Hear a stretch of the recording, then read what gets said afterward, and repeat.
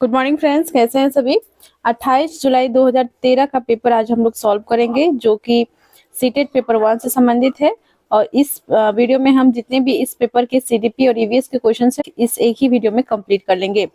नए हैं चैनल पर तो प्लीज चैनल को सब्सक्राइब कर लें, वीडियो को लाइक एंड शेयर करें, कमेंट करें।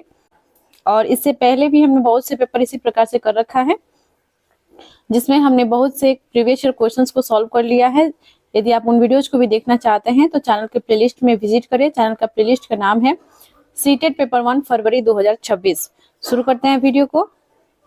प्रश्न 1 है, निम्नलिखित में से कौन सी संज्ञानात्मक क्रिया दी गई सूचनाओं के विश्लेषण के लिए प्रयोग में लाई जाती है। तो देखिए, कोई सूचना दिया गया विश्लेषण के लिए, ठीक है। तो इसमें जो है आप कौन सा जो है क्रिया जो कि दिए गए हैं ऑप्शन में, वर्णन करना, पहचान करना, अंतर करना, वर्गीकृत करना, इनमें से कौन सा जो क्रिया है आप सूचना के विश्लेषण के लिए प्रयोग करेंगे। तो कोई भी इंफॉर्मेशन दिया गया है, सूचना दिया गया है, तो आपको जाकर जो है उसके बारे में आगे बताना है। हो सकता है बच्चों को बताना होगा, ठीक है। एग्जाम्पल के रूप में हम ले सकते हैं, जैसे क्लासरूम में जाके आपको इन्फॉर्मेशन आपको देने के लिए आपको जो है एक शिक्षक है आप, तो आपको लिए जिम्मेदारी दी गई, तो उससे संबंधित आपको विश्लेषण करना है। उस सूचना के बारे में को बच्चा के साथ क्या करना है, चर्चा करना है, उन्हें बताना है कि ये जो है सूचना है आपके लिए, जो है सूचना है, ठीक है। तो कौन सा जो है आप क्रिया यहाँ पे प्रयोग में लाएंगे, क्या वर्णन करेंगे। वर्णन तो आप करेंगे ही ऑलरेडी, वो जो है सूचना का विश्लेषण ही वर्णन हुआ, तो यहाँ पे ये नहीं होगा। पहचान करना, बिना सूचना का पहचान किए क्या आप सूचना को विश्लेषण कर पाएंगे, बिल्कुल भी नहीं, तो ये भी यहाँ पे नहीं होगा। वर्गीकृत करना, वर्गीकृत करना भी नहीं होगा, लेकिन अंतर करना हो जाएगा, ठीक है। जो भी वहां पे सूचनाएं होंगे उसमें जो है अंतर करके आप जो है सूचना का विश्लेषण कर सकते हैं, ठीक है। तो राइट आंसर यहाँ पे हो जाएगा ऑप्शन 3। नेक्स्ट है क्वेश्चन 2। तो देखिए, थोड़ा सा लंबा प्रश्न है ये।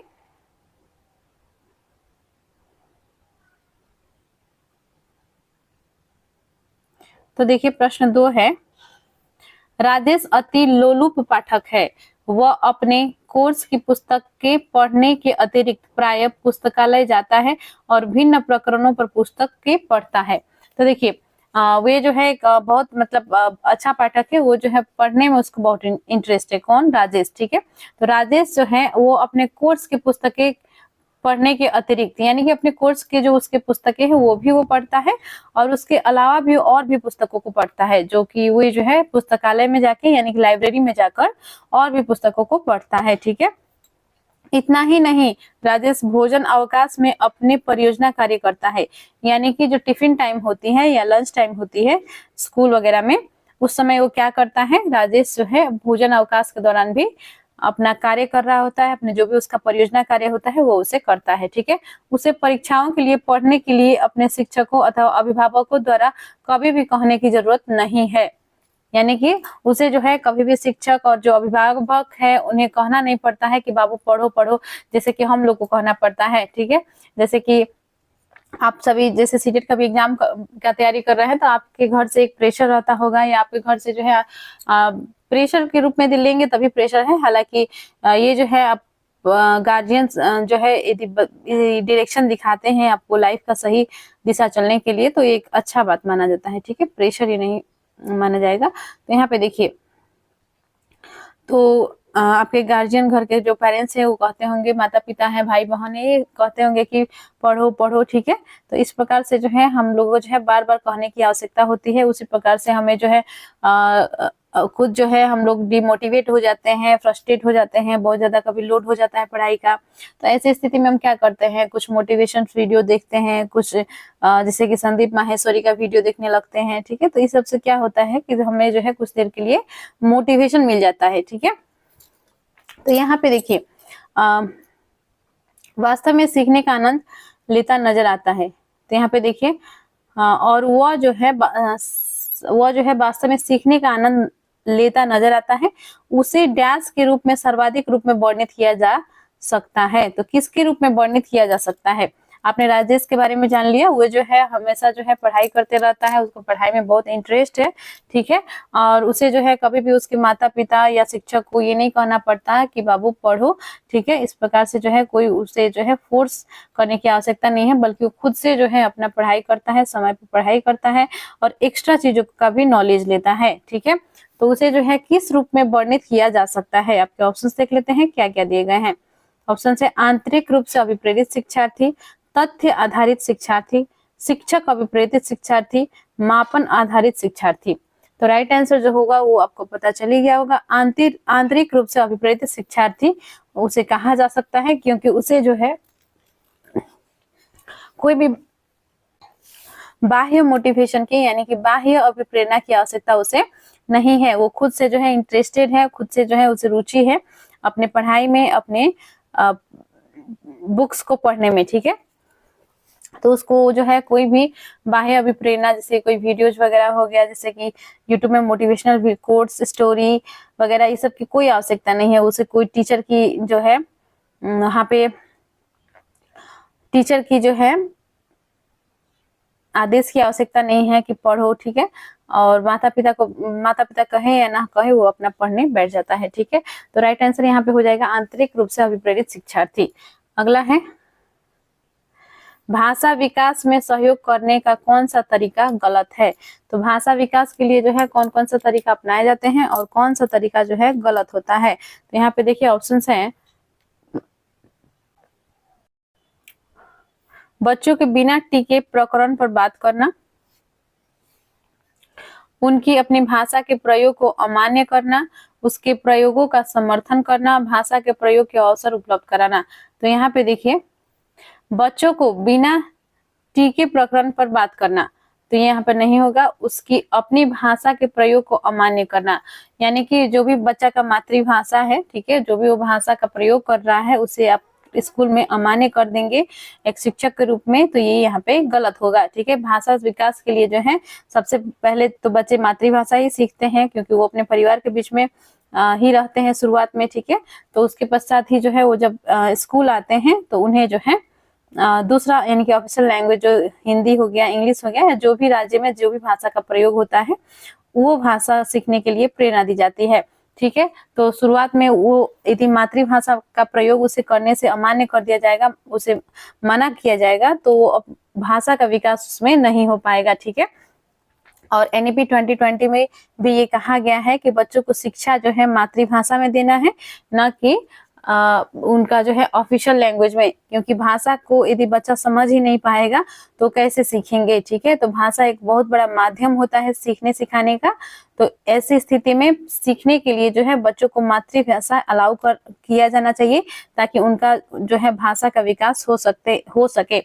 और भाषा के विकास में जो है यदि मातृभाषा को उन्हें बोलने के लिए अनुमति दी जाती है तो वो जो है अन्य भाषा को भी सीख जाएंगे। ठीक है, तो राइट आंसर यहाँ पे हो जाएगा ऑप्शन सेकंड, क्योंकि गलत पूछा गया है, तरीका गलत तरीका है ऑप्शन सेकंड, उसकी अपनी भाषा के प्रयोग को अमान्य करना।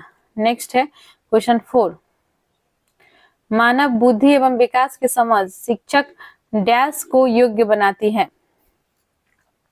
तो मानव बुद्धि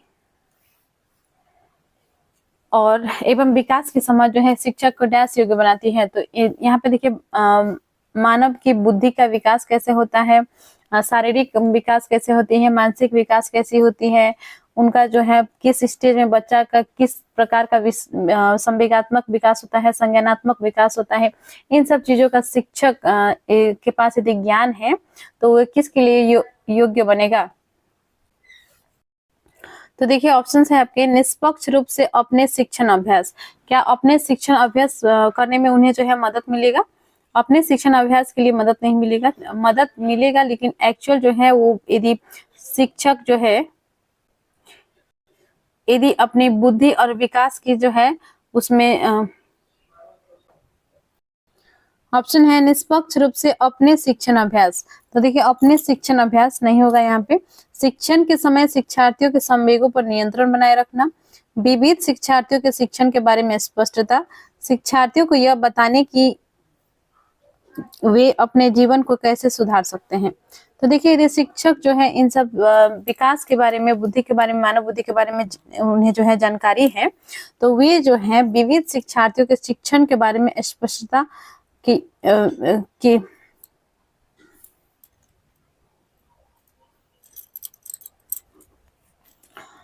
शिक्षण के बारे में स्पष्टता को योग्य बनाती है। ठीक है, तो यहाँ पे देखिए राइट आंसर हो जाएगा ऑप्शन 3, विविध शिक्षार्थियों के शिक्षण के बारे में स्पष्टता। यानी कि कौन सा शिक्षार्थी जो है किस प्रकार से सीख पाएगा, कहाँ पे कमजोर है, कहाँ पे वो जो है टैलेंटेड है, किस चीज को अच्छे से वो समझ पा रहा है, कितना जो है चीजों को कैच करने में वो सक्षम है। ठीक है, ये सभी जो है शिक्षक जो है आसानी से समझ सकेंगे, क्योंकि उन्हें जो है पता चल जाएगा कि कौन सा बच्चा जो है को किस प्रकार से शिक्षा देना है, किस प्रकार से सिखाना है, तो वो आसानी से इन चीजों को समझ पाएंगे। ठीक है, तो इनकी ये सभी चीजों के लिए जो है वो योग्य होंगे। तो राइट आंसर यहाँ पे हो जाएगा ऑप्शन 3। नेक्स्ट है क्वेश्चन 5, निम्नलिखित में से कौन सा कथन सत्य है? तो देखिए ऑप्शंस पहले पढ़ने पड़ेंगे इस प्रश्न में। शिक्षक द्वारा प्रश्न पूछना संज्ञानात्मक विकास में बाधक है। तो क्या शिक्षक द्वारा जो प्रश्न पूछा जाएगा ये जो है क्या संज्ञानात्मक बच्चों के संज्ञानात्मक विकास के लिए बाधक के रूप में काम करेगा? नहीं, ये गलत है। बल्कि प्रश्न पूछने से जो है वो और जो है उनका संज्ञानात्मक विकास होगा, क्योंकि वे सोचेंगे, चिंतन करेंगे प्रश्न का उत्तर देने के लिए। ठीक है, तो यहाँ पे ऑप्शन ये 1 गलत हो जाएगा। विकास और सीखना समाज सांस्कृतिक संदर्भ में अप्रभावित रहते हैं। तो विकास और सीखना समाज सांस्कृतिक संदर्भ में अप्रभावित रहते हैं, नहीं, ये गलत हो जाएगा। शिक्षार्थी एक निश्चित तरीके से सीखते हैं। क्या शिक्षार्थी का सीखने का सिर्फ एक ही तरीका होता है, एक फिक्स तरीका है, एक निश्चित तरीका है? बिल्कुल भी नहीं। शिक्षार्थी जो है अनेक तरीका से सीखते हैं, अनेक गतिविधियों के माध्यम से सीखते हैं, खुद से कार्य करके सीखते हैं, शिक्षक के मदद के द्वारा सीखते हैं, वे अनेक तरीकों से सीखते हैं। ठीक है, तो ये नहीं होगा यहाँ पे। खेलना संज्ञान और सामाजिक दक्षता के लिए सार्थक है। तो देखिए खेलना संज्ञान और सामाजिक दक्षता के लिए सार्थक है, बिल्कुल सही है। तो खेल जो है यानी कि खेलने से जो है बच्चा का संज्ञान और सामाजिक दक्षता कैसे जो है विकसित होगी? तो यहाँ पे देखिए खेलने से जो है बच्चा जब खेल खेलता है तो वे जो है विभिन्न बच्चों के साथ जो है उसका जो है इंटरेक्शन होती है, वो बातचीत करते हैं। ठीक है, यानी खेल के नियमों के बारे में, साथ में और भी चीजों के बारे में वो बातचीत करते हैं। ठीक है, तो इससे क्या होगा, उसका सामाजिक विकास होगा और शारीरिक विकास भी होता है खेल खेलने से। ठीक है, कूदना, दौड़ना, ये सभी जो है बच्चों के लिए बहुत फायदेमंद होती है और साथ में उनका संज्ञानात्मक विकास भी होगा, क्योंकि वे जो है खेल के नियमों के बारे में चिंतन करेंगे और खेल किस प्रकार से खेलना है, इसे याद रखना, ये सभी जो है उनका संज्ञानात्मक विकास के लिए महत्वपूर्ण भूमिका निभाएंगे। तो खेलना संज्ञान और सामाजिक दक्षता के लिए सार्थक है। ऑप्शन 4 यहाँ पे राइट हो जाएगा। अगला है क्वेश्चन 6, बच्चे के विकास में आनुवंशिकता और वातावरण की भूमिका के बारे में निम्नलिखित में से कौन सा सत्य है?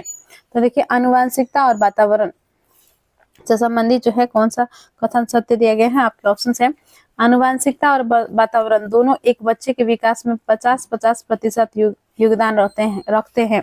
क्या ये फिक्स रहता है कि बच्चे के विकास में जो है आनुवंशिकता का 50% भूमिका रहेगा, योगदान रहेगा, और वातावरण का 50% रहेगा? फिक्स रहता है? बिल्कुल भी नहीं, गलत है ये। समवयस्कों और पितृक जीन्स का सापेक्ष योगदान योगात्मक नहीं होता। यहाँ पे देखिए कहा गया है कि समवयस्कों और पितृक यानी कि जीन्स का सापेक्ष योगदान योगात्मक नहीं होता, ये सही है यहाँ पे। और देखिए आनुवंशिक और वातावरण एक साथ परिचालित नहीं होते, नहीं, ये एक साथ परिचालित होते हैं, ये नहीं होगा। सहन रुझान वातावरण से संबंधित है, जबकि वास्तविक विकास के लिए आनुवंशिकता जरूरी है। दोनों आवश्यक है, वास्तविक विकास के लिए जो है आनुवंशिकता और वातावरण दोनों आवश्यक है। बच्चा जिस वातावरण में रहता है, जिस परिवेश में रहता है, उसी प्रकार के उसके व्यवहार होते हैं, उसी प्रकार से उसका नैतिक मूल्यों का विकास होता है और उसका जो अनेक विकास के पहलू है वो वातावरण द्वारा जो है प्रभावित होते हैं। ठीक है, तो ऐसा नहीं कहा जा सकता है जो आनुवंशिकता है उसी से सिर्फ जो है वास्तविक विकास होती है। तो यहाँ पे ऑप्शन 4 भी गलत है। राइट आंसर जो होगा इसमें हो जाएगा आपका ऑप्शन 2, समवयस्कों और पितृक जीन्स का सापेक्ष योगदान जो है योगात्मक नहीं होता। ऑप्शन 2 राइट है। चैनल को अभी तक आपने सब्सक्राइब नहीं किया है तो प्लीज चैनल को सब्सक्राइब कर लीजिए। वीडियो को किसी ग्रुप में जरूर शेयर कर दे, अपने दोस्तों के साथ ही शेयर करें ताकि उनका भी तैयारी अच्छे से हो सके। आपका फरवरी में एग्जाम होने के पूरे चांस है, तो तैयारी में लग जाइए। और यदि पिछले वीडियोज को आपने नहीं देखा है तो चैनल के प्लेलिस्ट में जाकर पिछले वीडियोज को भी देख लें। सीटेट पेपर 1 का अलग से प्लेलिस्ट बना हुआ है। नेक्स्ट है क्वेश्चन 7 पे आते हैं। समाजीकरण है तो समाजीकरण क्या है? सामाजिक मानदंडों में परिवर्तन, शिक्षक एवं पढ़ाए गए के बीच संबंध, समाज के आधुनिकीकरण की प्रक्रिया, समाज के मानदंडों के साथ अनुकूलन। तो समाजीकरण क्या है? समाजीकरण आपका हो जाएगा ऑप्शन 4, समाज के मानदंडों के साथ अनुकूलन। ठीक है, ऑप्शन 4 यहाँ पे राइट हो जाएगा। समाजीकरण जो है क्या होता है? समाज के जो मानदंड है, जो नियम है, कानून बने हुए समाज में, उसी के अनुरूप जो है ढल जाना, यानी कि अडॉप्ट कर लेना, माफ कीजिए एडजस्ट कर लेना। ठीक है, अनुकूलन कर लेना, इसे ही जो है क्या कहा जाता है? समाजीकरण कहा जाता है। और समाजीकरण करने की संस्थाएं हैं। सबसे प्रथम जो प्राथमिक संस्था होती है वो परिवार होती है, जहाँ पे बच्चे पलते बढ़ते हैं, बड़े होते हैं और व्यवहार को सीखते हैं। ठीक है, और भाषा को सीखते हैं। ठीक है, और द्वितीय संस्था यदि बात करें तो द्वितीय संस्था विद्यालय होती है, जहाँ पे बच्चे जो है जब 3 से 4 साल 5 साल के हो जाते हैं तब वो विद्यालय जाना शुरू करते हैं और वहां से भी उन्हें शिक्षकों के माध्यम से अपने वहाँ पे जो है समाज के माध्यम से जो है उन्हें बहुत कुछ सीखने को मिलती है। ठीक है, तो वो समाजीकरण का द्वितीय माध्यम है। तो यहाँ पे राइट आंसर जो हो जाएगा, समाजीकरण क्या है? समाज के मानदंडों के साथ अनुकूलन। ऑप्शन 4 राइट हो जाएगा। अगला है क्वेश्चन 8। एक पीटी यानी कि खेल शिक्षक क्रिकेट के खेल में अपने शिक्षार्थियों के क्षेत्र रक्षण को सुधारना चाहता है। निम्न में से कौन सी युक्ति शिक्षार्थियों को अपना लक्ष्य प्राप्त करने में सर्वाधिक सहायक है? देखिए, प्रश्न में आपसे पूछा गया है कि एक पीटी शिक्षक है यानी कि खेल शिक्षक है। ठीक है, और वे जो है क्रिकेट के खेल में अपने शिक्षार्थियों के क्षेत्र रक्षण को सुधारना चाहता है। ठीक है, यानी कि क्षेत्र रक्षण यानी कि फील्डिंग को सुधारना चाहता है। तो जब वो बॉलिंग कर रहे होते हैं तो वहां पे जो है जैसे कि रोकने का प्रयास करना, ताकि जो बैटिंग कर रहा है उसका जो है रन नहीं बने, उसका वो जो है आउट हो जाए, उसका विकेट गिर जाए। ठीक है, ये सभी फील्डिंग करने के लिए जो है इसमें जो है सुधार करना चाहते हैं। ठीक है, तो यहाँ पे देखिए, निम्न में से कौन सी युक्ति शिक्षार्थियों को अपना लक्ष्य प्राप्त करने में सर्वाधिक सहायक होगा? तो सब क्रिकेट खेलते ही हैं, सबको पता होगा। ठीक है, तो यहाँ पे देखिए क्रिकेट से संबंधित जो है जिन्हें भी नॉलेज होगा वो इस प्रश्न को तुरंत कर लेंगे। तो यहाँ पे देखिए ऑप्शन है, शिक्षार्थियों को क्षेत्र रक्षण का अधिक अभ्यास करवाना, शिक्षार्थियों को यह बताना कि क्षेत्र रक्षण सीखना उनके लिए किस प्रकार महत्वपूर्ण है। तो देखिए, सिर्फ वो बताएंगे कि यदि आप लोग जो है फील्डिंग सीख जाओगे ये आपके लिए कितना महत्वपूर्ण है, तो क्या बताने से उनका जो है सुधार हो जाएगा? बिल्कुल भी नहीं होगा। तो बताने से काम नहीं चलेगा। ठीक है, ये गलत हो जाएगा। और देखिए, बेहतर क्षेत्र रक्षण और सफलता की दर के पीछे तर्क को स्पष्ट करना, यानी कि जो बेहतर फील्डिंग कैसे किया जाता है और इसका जो है सफलता के लिए जो है इस पे क्या इसका इफेक्ट पड़ेगा, ये जो है किस तरह से हेल्प करेगा, ये सब बताना, इसके पीछे जो है तर्क देना, क्या ये काफी है? इनसे उनका सुधार हो जाएगा? ये भी नहीं होगा। ठीक है, क्षेत्र रक्षण को प्रदर्शित करना और शिक्षार्थी अवलोकन करेंगे। तो ये जो है शिक्षक जो है खुद प्रदर्शन करेंगे और वहां पे बच्चे जो है क्या करेंगे? अवलोकन करेंगे, देखेंगे कि किस प्रकार से जो है फील्डिंग किया जाता है, क्या इस तरह से जो है उनका सुधार होगा? नहीं होगा। तो सुधार कैसे होगा? अभ्यास करवा कर। ठीक है, जितना मैक्सिमम वो प्रैक्टिस करेंगे उतना उनका सुधार होगा। आपने सुना ही होगा, प्रैक्टिस मेक्स मैन परफेक्ट। ठीक है, तो परफेक्ट होने के लिए जो है क्या करना होगा? प्रैक्टिस करना होगा। तो राइट आंसर यहाँ पे हो जाएगा ऑप्शन 1। नेक्स्ट है क्वेश्चन 9। एक शिक्षिका अपने शिक्षार्थियों की इस रूप में मदद करना चाहती है कि वे एक स्थिति की अनेक दृष्टिकोणों की सराहना कर सके।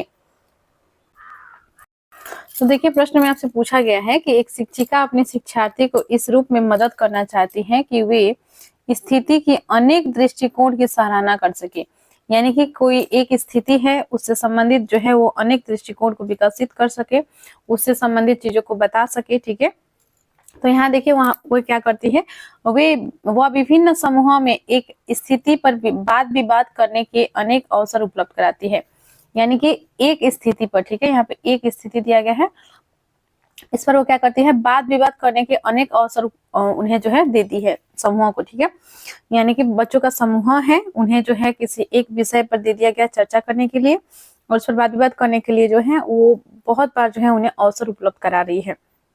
तो वाइगोत्स्की के परिप्रेक्ष्य के अनुसार, ठीक है, शिक्षार्थी विभिन्न दृष्टिकोणों को ड्यास करेंगे और अपने तरीका से उस स्थिति में अनेक परिप्रेक्ष्य विकसित करेंगे। तो विभिन्न दृष्टिकोण से क्या करेंगे, तो यहाँ पे देखिए ऑप्शन है तर्क संगत करेंगे, आत्मसात करेंगे, निर्माण करेंगे, सक्रियकरण करेंगे। तो राइट आंसर जो हो जाएगा वो हो जाएगा आपका ऑप्शन 3। जब उन्हें जो है किसी एक स्थिति पर वाद विवाद करने के लिए दिया जाएगा तो वे क्या करेंगे, इस पर जो है विभिन्न अपना जो है दृष्टिकोण का निर्माण करेंगे। ठीक है, तो करेक्ट आंसर यहाँ पे हो जाएगा ऑप्शन 3। नेक्स्ट है क्वेश्चन 10। सीता ने हाथ से दाल और चावल खाना सीख लिया है।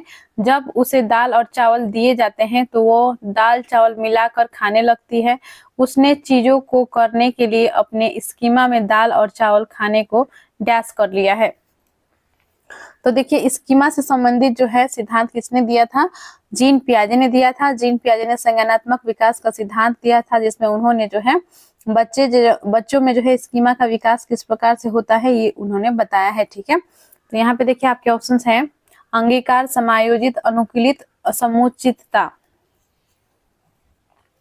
तो जो सीता जो है वो बच्ची है और उसे जो है पहले दाल चावल खाना नहीं आता था, अब उसे जो है दाल चावल खाना आता है। जैसे उसको दाल चावल दिया जाता है वो क्या करती है, एक साथ मिलाकर खाने लगती है। ठीक है, उसने चीजों को करने के लिए अपने स्कीमा में,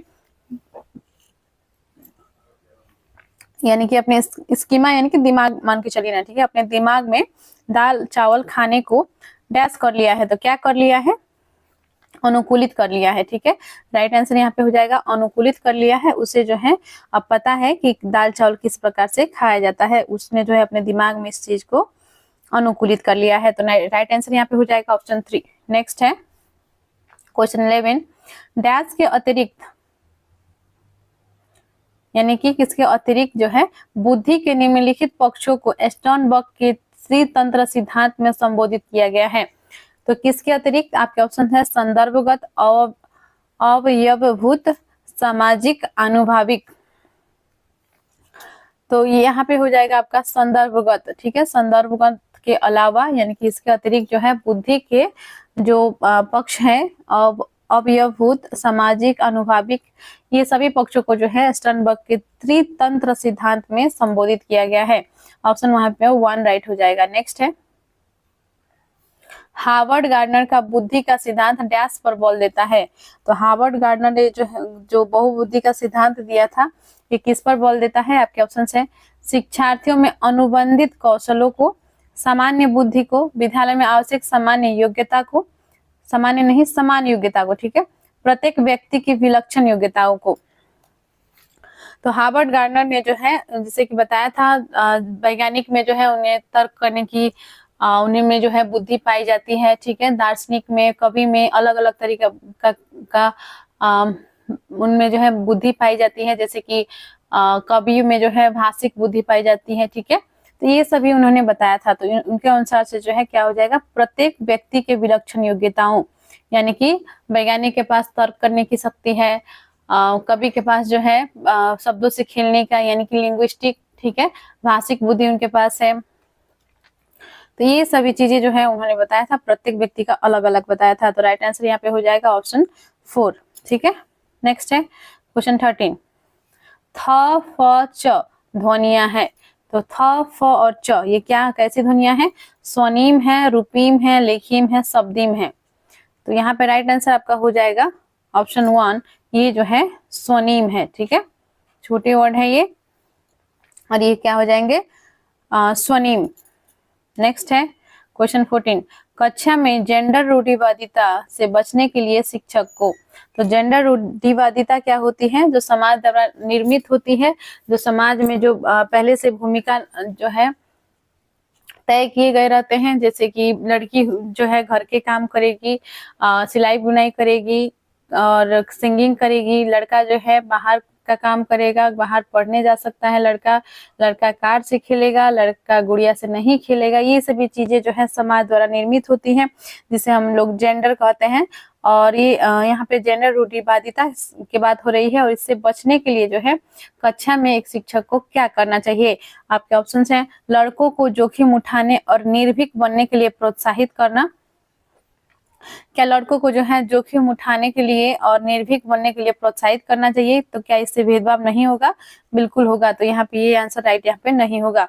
लड़के लड़कियों को एक साथ अपारंपरिक भूमिकाओं में रखना चाहिए। और देखिए, अच्छी लड़की अच्छा लड़का कहकर शिक्षार्थियों के अच्छे कार्य की सराहना करनी चाहिए। ऐसा कभी भी नहीं करना चाहिए अच्छी लड़की या अच्छा लड़का कहकर, क्योंकि ये जो है भेदभाव हो जाएगा। अच्छे बच्चे या अच्छा बच्चा ऐसा कहा जा सकता है, ठीक है, लेकिन ऐसा नहीं कहा जा सकता है लड़का और लड़की, क्योंकि यहाँ पर जो है भेदभाव हो जाएगा। तो ये इस तरह से शिक्षक को कहकर नहीं करना है, सराहना नहीं करना है, उनका बड़ाई नहीं करना है। कुश्ती में भाग लेने के लिए लड़कियों को निरुत्साहित करना चाहिए। कुश्ती में जो है लड़कियों को भाग लेने नहीं देना चाहिए, उन्हें जो है भाग लेने से मना करना चाहिए। क्या शिक्षक का ये भूमिका होती है, उसे जो है इससे जो क्या जेंडर रूढ़िवादिता और बढ़ेगी या घटेगी, तो इससे और बढ़ेगी, तो ये शिक्षक को नहीं करना है, ठीक है। तो क्या करना है वो हो जाएगा आपका यहाँ पे ऑप्शन सेकेंड।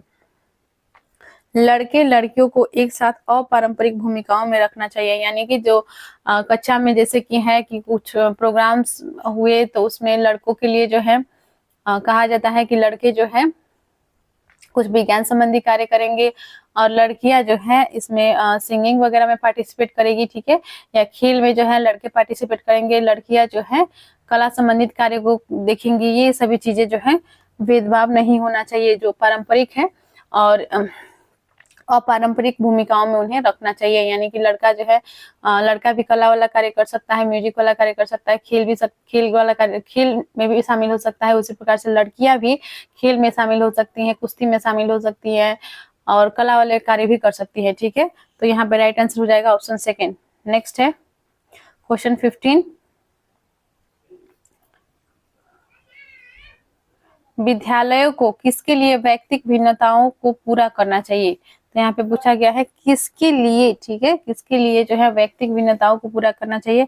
आपके ऑप्शंस हैं व्यक्तिगत शिक्षार्थियों को विशिष्ट होने की अनुभूति कराने के लिए, व्यक्तिगत शिक्षार्थियों के मध्य खाई को कम करने के लिए, शिक्षार्थियों के निष्पादन और योग्यताओं के सम्मान करने के लिए, यह समझने के लिए कि क्या शिक्षार्थी सीखने के योग्य या अयोग्य है। तो देखिए यहाँ पे आपसे पूछा गया है कि विद्यालय में किसके लिए व्यक्तिगत भिन्नताओं को पूरा करना चाहिए।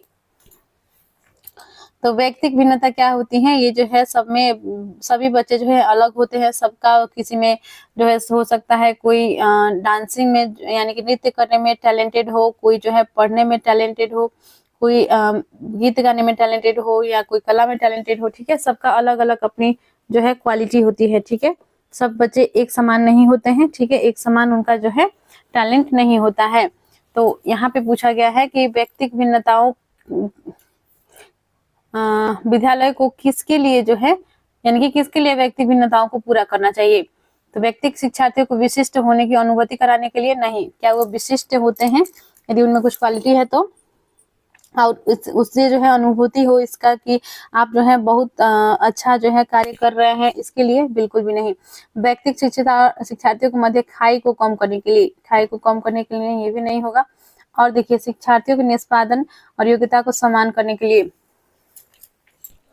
यहाँ पे देखिए सभी का जो है योग्यता एक समान कैसे डेवलप किया जा सकता है। कुछ बच्चे जो है हो सकता है कुछ बच्चों को जो है सिंगिंग बिल्कुल भी अच्छी नहीं लगती हो सकता है किसी को जो है डांसिंग बिल्कुल भी नहीं आता हो, ठीक है। तो सबका योग्यताओं को एक समान बनाना पॉसिबल नहीं है, ठीक है, तो ये भी नहीं होगा। यह समझने के लिए कि क्या शिक्षार्थी सीखने के योग्य या अयोग्य है, तो ये बिल्कुल सही हो जाएगा यहाँ पे, ये समझने के लिए कि क्या शिक्षार्थी सीखने योग्य है या नहीं है, ठीक है। तो यहाँ पे राइट आंसर हो जाएगा ऑप्शन 4। शिक्षार्थियों में व्यक्तिगत भिन्नताओं को संबोधित करने के लिए एक विद्यालय किस प्रकार का सहयोग उपलब्ध करवा सकता है। तो देखिए व्यक्तिगत भिन्नता क्या होता है, सबसे पहले तो ये जानेंगे। व्यक्तिगत भिन्नता यानी कि इंडिविजुअल डिफरेंस, ठीक है। सभी बच्चे जो है एक समान नहीं होते हैं और सब में जो है अंतर होते हैं, ठीक है। जैसे कि शारीरिक, मानसिक, संवेगात्मक लक्षण में अंतर देखी जाती है। कुछ बच्चे जो है उनका रुचि सबका अलग अलग होता है, कोई हो सकता है किसी नृत्य में अधिक रुचि रखते हो, कोई गाने में अधिक रुचि रखते हो, कोई पढ़ने में रुचि रखते हो, ठीक है। सबका स्वभाव में भी जो है अलग अलग होता है, सीखने की क्षमता में भी अंतर होता है, कोई बच्चा जल्दी सीख लेता है, कोई बच्चा जो है धीमी गति से सीखता है। तो ये सभी भिन्नताएं जो पाई जाती है इसमें इसे संबोधित करने के लिए एक विद्यालय किस प्रकार का सहयोग उपलब्ध करवा सकता है? तो आपके ऑप्शंस हैं सभी शिक्षार्थी के लिए समान स्तर की पाठ्यचर्या का अनुगमन करना। तो समान स्तर के पाठ्यचर्या यानी कि सेम लेवल का जो है सबके लिए पाठ्यचर्या हो, तो इसमें जो है बच्चों को दिक्कतें आएंगी। ठीक है, क्यों दिक्कतें आएंगी? क्योंकि सबका जो है सीखने की क्षमता जो है समान नहीं है, उसमें डिफरेंस है। कोई तेज गति से सीखता है, कोई जो है धीमी गति से सीखता है। ठीक है, तो ऐसी स्थिति में सबके लिए सेम पाठ्यचर्या, यानी कि जैसे खेल कूद है तो पाठ्यचर्या में सब कुछ आता है। ठीक है, तो कंफ्यूज नहीं होंगे, यहाँ पे पाठ्यक्रम की बात नहीं हो रही है बल्कि पाठ्यचर्या की बात हो रही है। तो पाठ्यचर्या में जो है आपका जितने भी प्रोग्राम्स होने वाले हैं, जितने भी बच्चों के लिए गतिविधि कराई जानी है, उनका सिलेबस क्या होगा, सभी इसके अंतर्गत आ जाता है। ठीक है, तो खेल में जैसे कि है कि सभी बच्चों को हो सकता है सब खेल में रुचि नहीं हो। ठीक है, तो ये डिफरेंस को जो है किस प्रकार से जो है विद्यालय इसमें सहयोग उपलब्ध करवा सकता है, तो समान पाठ्यचर्या देकर ये नहीं होगा। बाल केंद्रित पाठ्यचर्या का पालन करना और शिक्षार्थियों को सीखने के अनेक अवसर उपलब्ध कराना, बिल्कुल सही हो जाएगा यहाँ पे ऑप्शन सेकेंड। बाल केंद्रित पाठ्यचर्या को पालन करना यानी का जो है अलग अलग जो रुचियाँ हैं उनको किस प्रकार से पूरा किया जाए, उनकी आवश्यकताओं को पूरा करना और खुद से कार्य करके सीखने के उनके लिए जो है प्रेरित करना और साथ में उन्हें जो है अवसर उपलब्ध कराना। जैसे कि कोई बच्चा सिंगिंग में टैलेंट है तो उसके लिए जो है उससे जो है स्टेज मिल जाता है परफॉर्म करने के लिए, तो वो जो है उसमें और आगे बढ़ने का प्रयास करेगा। ठीक है, तो इस प्रकार से जो है बच्चों को जो है अवसर उपलब्ध कराया जाएगा तो वे उस फील्ड में भी बहुत आगे चल जाएंगे। यदि और ऑप्शंस की बात करें तो शिक्षार्थी में व्यक्तिगत भिन्नताओं को समाप्त करने के लिए हर संभव उपाय करना। व्यक्तिगत भिन्नता को समाप्त करने के लिए गलत हो जाएगा। धीमी गति से सीखने वाले शिक्षार्थियों को विशेष विद्यालय में भेजना। क्या जो धीमी गति से बच्चे सीखते हैं उन्हें अलग विद्यालय में यानी कि विशेष विद्यालय में भेजना चाहिए? बिल्कुल भी नहीं, बल्कि जो NEP 2020 है ये समावेशी शिक्षा की बात करती है, जिसमें जो है सभी बच्चे जो धीमी गति से सीखने वाले बच्चे हैं या तेज बच्चे हैं या सामान्य बच्चे हैं या फिर दिव्यांग बच्चे हैं या फिर आर्थिक रूप से या सामाजिक रूप से पिछड़े बच्चे हैं, सभी बच्चों को एक साथ शिक्षा दी जानी चाहिए, ऐसा NEP 2020 में कहा गया है। ठीक है, तो ये अलग करने की बात ये तो एकदम से गलत ही हो जाएगा। ठीक है, तो यहाँ पे राइट जो हो जाएगा वो हो जाएगा आपका ऑप्शन सेकेंड। बाल केंद्रित पाठ्यचर्या का पालन करना और शिक्षार्थियों को सीखने के अनेक अवसर उपलब्ध कराना, ऑप्शन सेकेंड करेक्ट है। आगे बढ़ते हैं, क्वेश्चन 17 देख लेते हैं। सततता और व्यापक मूल्यांकन डैश पर बल देता है। तो सततता और व्यापक मूल्यांकन किस पर बल देता है? आपके ऑप्शन हैं बोर्ड परीक्षाओं की अन आवश्यकताओं पर, तो ये नहीं होगा आपका। सीखने को सुनिश्चित करने के लिए व्यापक स्केल पर निरंतर परीक्षण, सीखने को किस प्रकार अवलोकित, रिकॉर्ड या सुधारा जाए इस पर, शिक्षण के साथ परीक्षाओं का सामंजस्य। ठीक है, तो यहाँ पे राइट आंसर जो हो जाएगा वो हो जाएगा आपका ऑप्शन 3। सीखने को किस प्रकार अवलोकित, रिकॉर्ड और सुधारा जाए इस पर जो है सतत और व्यापक मूल्यांकन बल देता है। ठीक है, यानी कि बच्चे जो सीख रहे हैं इस प्रकार इसे जो है अवलोकन करना, रिकॉर्ड करना और उसके पश्चात जो है इसमें किस प्रकार से सुधार किया जाए, क्या जो है उपचार इसके लिए दिया जाए ताकि बच्चों में सुधार हो सके, विभिन्न जो है तरीका को अपनाना, इस पर जो है जो व्यापक मूल्यांकन होती है ये इस पर बल देती है। ठीक है, तो राइट आंसर यहाँ पे हो जाएगा ऑप्शन 3। आगे बढ़ते हैं, विद्यालय आधारित आकलन। तो विद्यालय आधारित आकलन यहाँ पे ऑप्शंस हैं शिक्षार्थी और शिक्षकों को अगंभीर और लापरवाह बनाता है। तो विद्यालय आधारित आकलन जो है क्या शिक्षकों को अगंभीर और लापरवाह बनाता है? बिल्कुल भी नहीं, ये गलत हो जाएगा। बल्कि बच्चों को जो है यदि उनका आकलन किया जाए तो बच्चे जो है किस प्रकार से सीख रहे हैं, कहाँ जो है उन्हें दिक्कतें आ रही हैं, उनकी क्या आवश्यकता है, उनको क्या किन किन अवसरों की आवश्यकता है, ये सभी चीज़ों को जानने में मदद करता है। ठीक है, तो आकलन यहाँ पे शिक्षक को लापरवाह बनाता है, ये नहीं होगा। शिक्षार्थी और शिक्षक को लापरवाह यह नहीं बनाता है। शिक्षा बोर्ड की जवाबदेही कम कर देता है, तो यानी कि शिक्षा बोर्ड की जो है जवाबदेही कम करने के लिए विद्यालय आधारित आकलन किया जाता है, ये भी गलत हो जाएगा। सार्वभौमिक राष्ट्रीय मानकों को प्राप्ति में बाधा उत्पन्न करता है। सार्वभौमिक राष्ट्रीय मानकों को प्राप्ति में बाधा उत्पन्न करता है, नहीं, ये भी गलत हो जाएगा। यहाँ पे राइट आंसर जो होगा वो हो जाएगा परिचित वातावरण में अधिक सीखने में सभी शिक्षार्थियों की मदद करता है, ऑप्शन 4 करेक्ट हो जाएगा। बच्चे जो विद्यालय आधारित आकलन जो होते हैं, इससे बच्चे को जो है सीखने में और मदद मिलती है। ठीक है, तो राइट आंसर यहाँ पे हो जाएगा ऑप्शन 4। आगे बढ़ते हैं क्वेश्चन 19। सीखने की तत्परता डैश की ओर संकेत करती है। तो सीखने की तत्परता किसकी ओर संकेत करती है? आपके ऑप्शन हैं थॉर्नडाइक का तत्परता का नियम, शिक्षार्थियों का सामान्य योग्यता स्तर, सीखने के सत्यातक में शिक्षार्थियों का वर्तमान संज्ञानात्मक स्तर, सीखने के कार्य की प्रकृति को संतुष्ट करने। तो सीखने की तत्परता जो है यह सीखने के सत्यातक में शिक्षार्थियों का वर्तमान संज्ञानात्मक स्तर की ओर संकेत करती है। ठीक है, ऑप्शन यहाँ पे 3 राइट हो जाएगा। क्वेश्चन 20 है, एक शिक्षिका की कक्षा में कुछ शारीरिक विकलांगता वाले बच्चे हैं, निम्नलिखित में से उसके लिए क्या कहना सबसे उचित होगा? तो देखिए विकलांग बच्चे हैं यानी कि जो दिव्यांग बच्चे हैं, वो बच्चे जो है क्लास में है, शारीरिक रूप से वो विकलांग हैं, यानी कि हो सकता है उसे उन्हें जो है उनका जो है पैर में कुछ दिक्कत हो या हाथ में कुछ दिक्कत हो, उन्हें जो है या आंखों में प्रॉब्लम हो सकती है। ठीक है, तो उन्हें जो है शारीरिक रूप से जो है उन्हें प्रॉब्लम है, वो कुछ काम कार्य करने में सक्षम नहीं हो, जैसे कि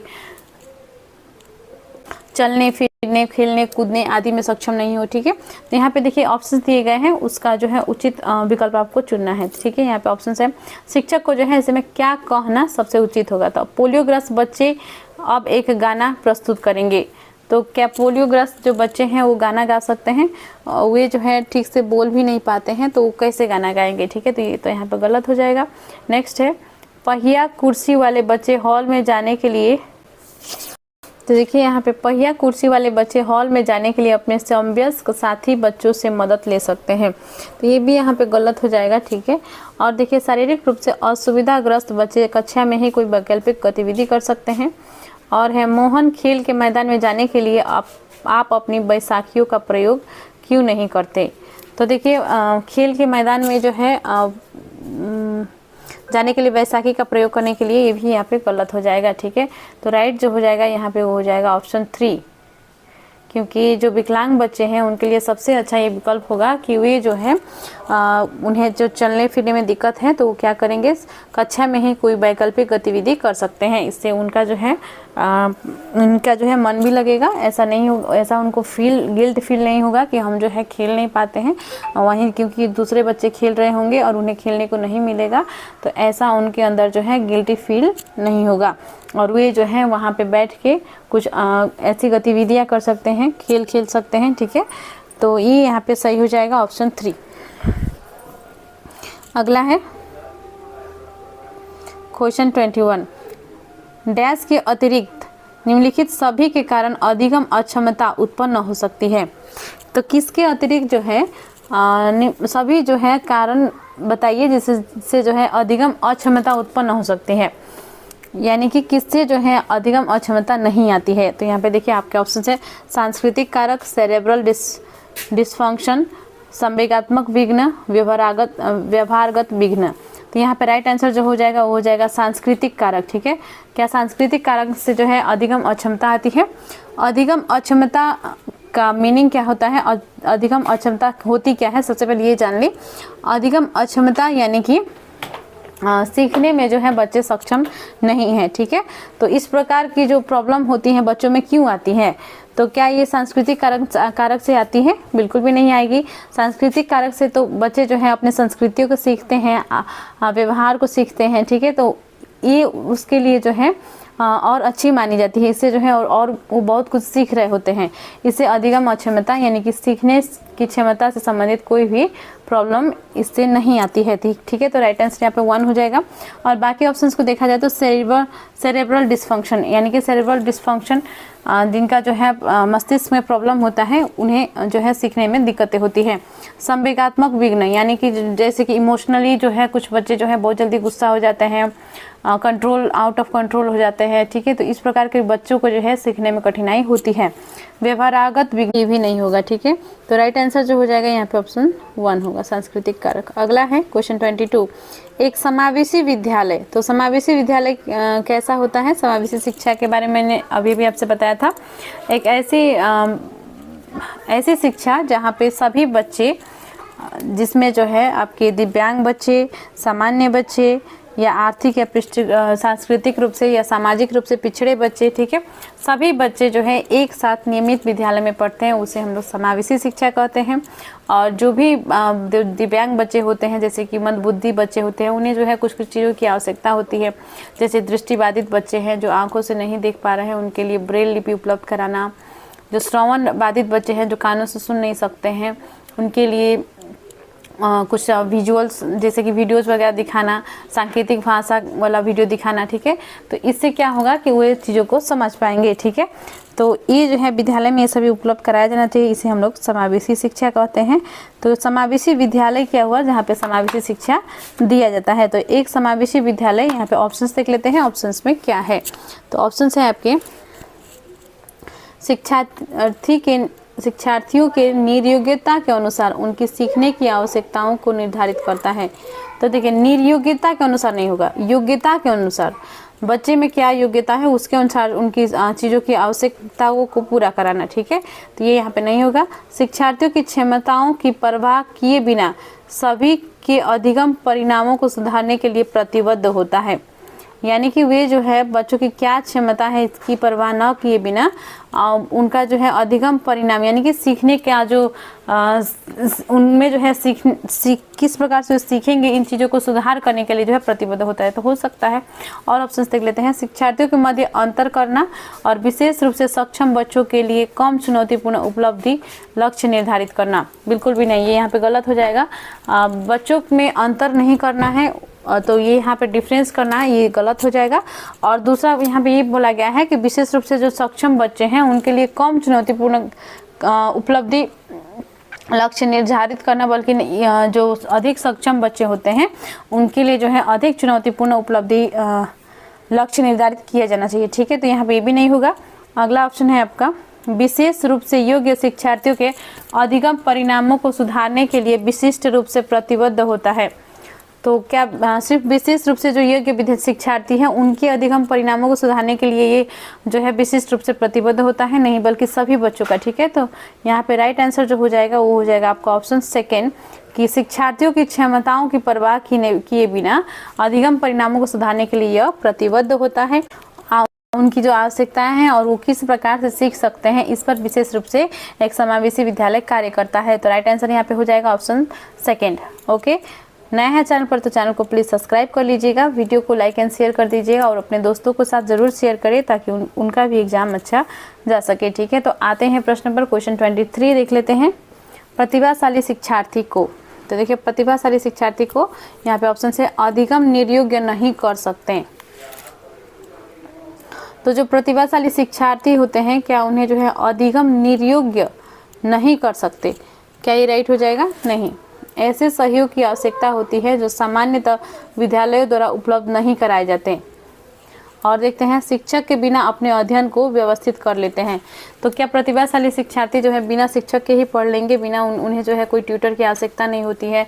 क्या उन्हें कोई गाइडेंस की आवश्यकता नहीं होती है? बिल्कुल भी नहीं, बल्कि जो प्रतिभाशाली बच्चे होते हैं उनमें टैलेंट होती है, उन्हें जो है अवसर की आवश्यकता होती है, ठीक है।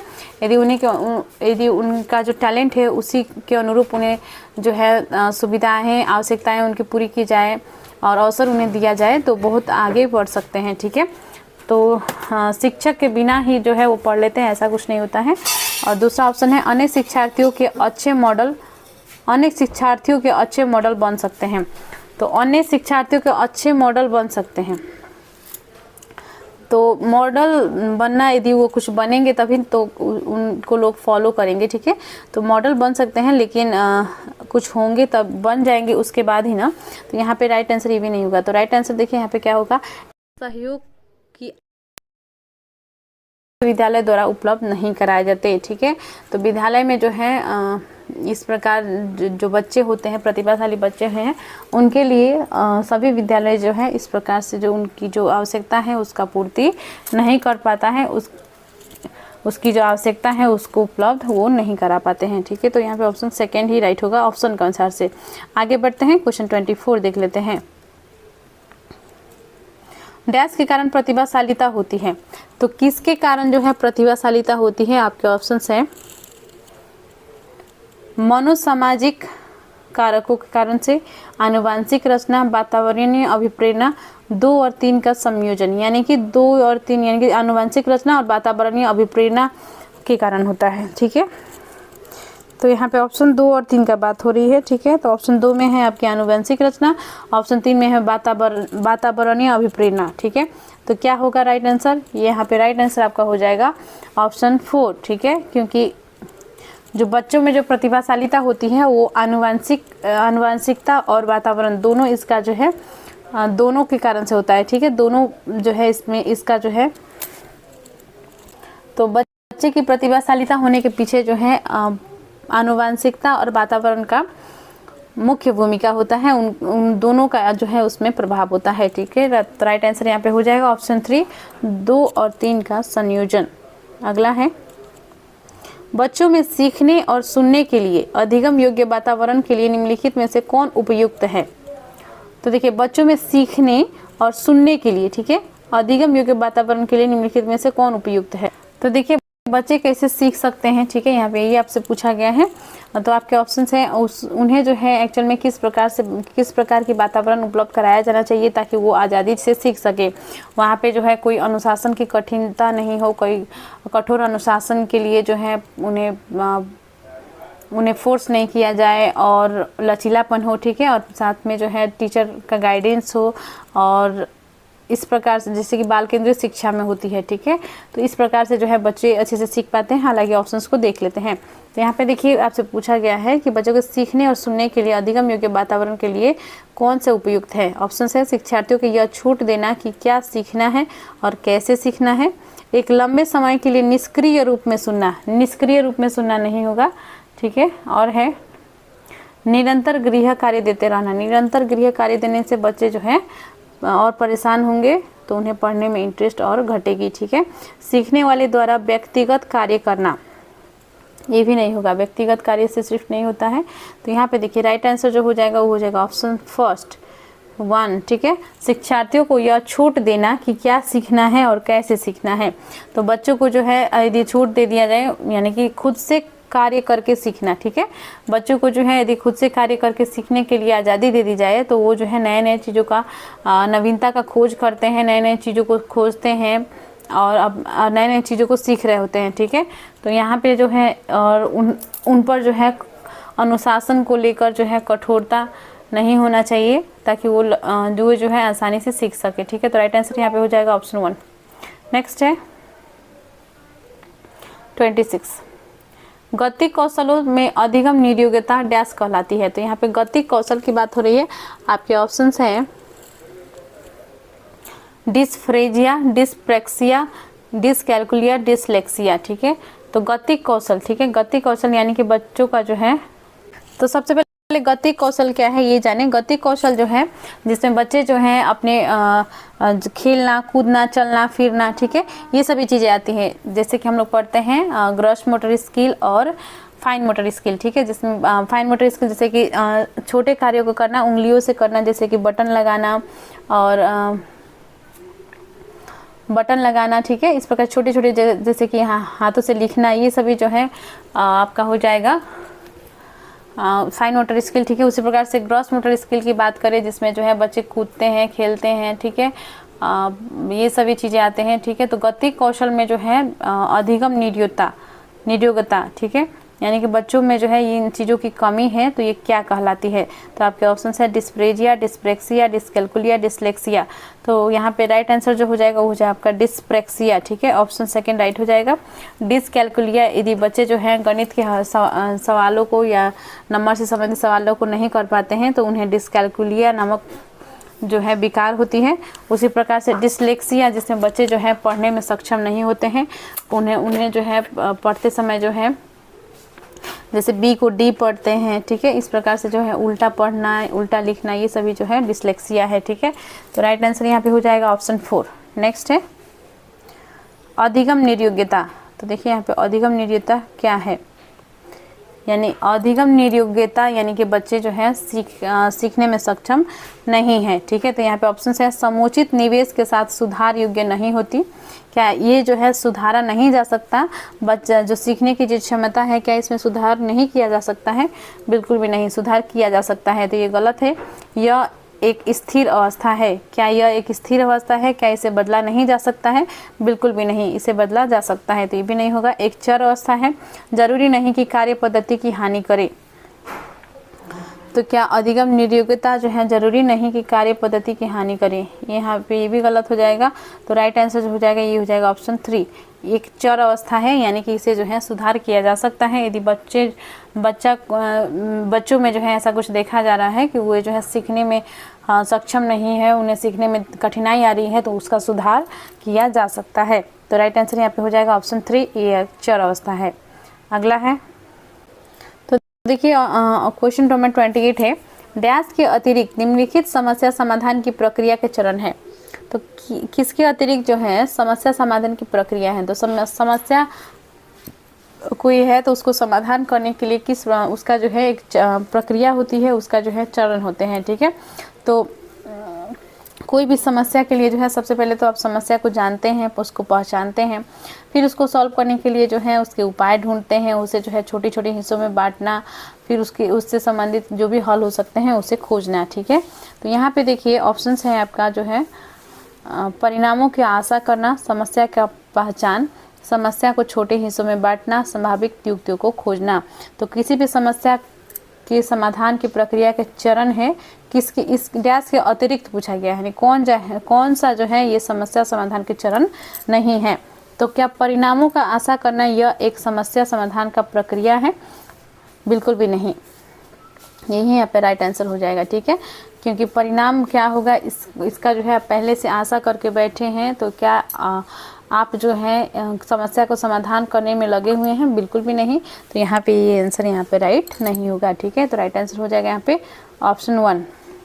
बाकी जो तीनों दिए गए हैं ये सभी जो है समस्या समाधान प्रक्रिया के चरण है, ठीक है। तो राइट आंसर होगा ऑप्शन 1। नेक्स्ट है क्वेश्चन 29, एक शिक्षक को क्या करना चाहिए? आपके ऑप्शंस है, व्याख्यान पर अधिक ध्यान देना चाहिए और ज्ञान के लिए आधार उपलब्ध कराना चाहिए। तो व्याख्यान पर यानी कि लेक्चर पर अधिक ध्यान देना चाहिए।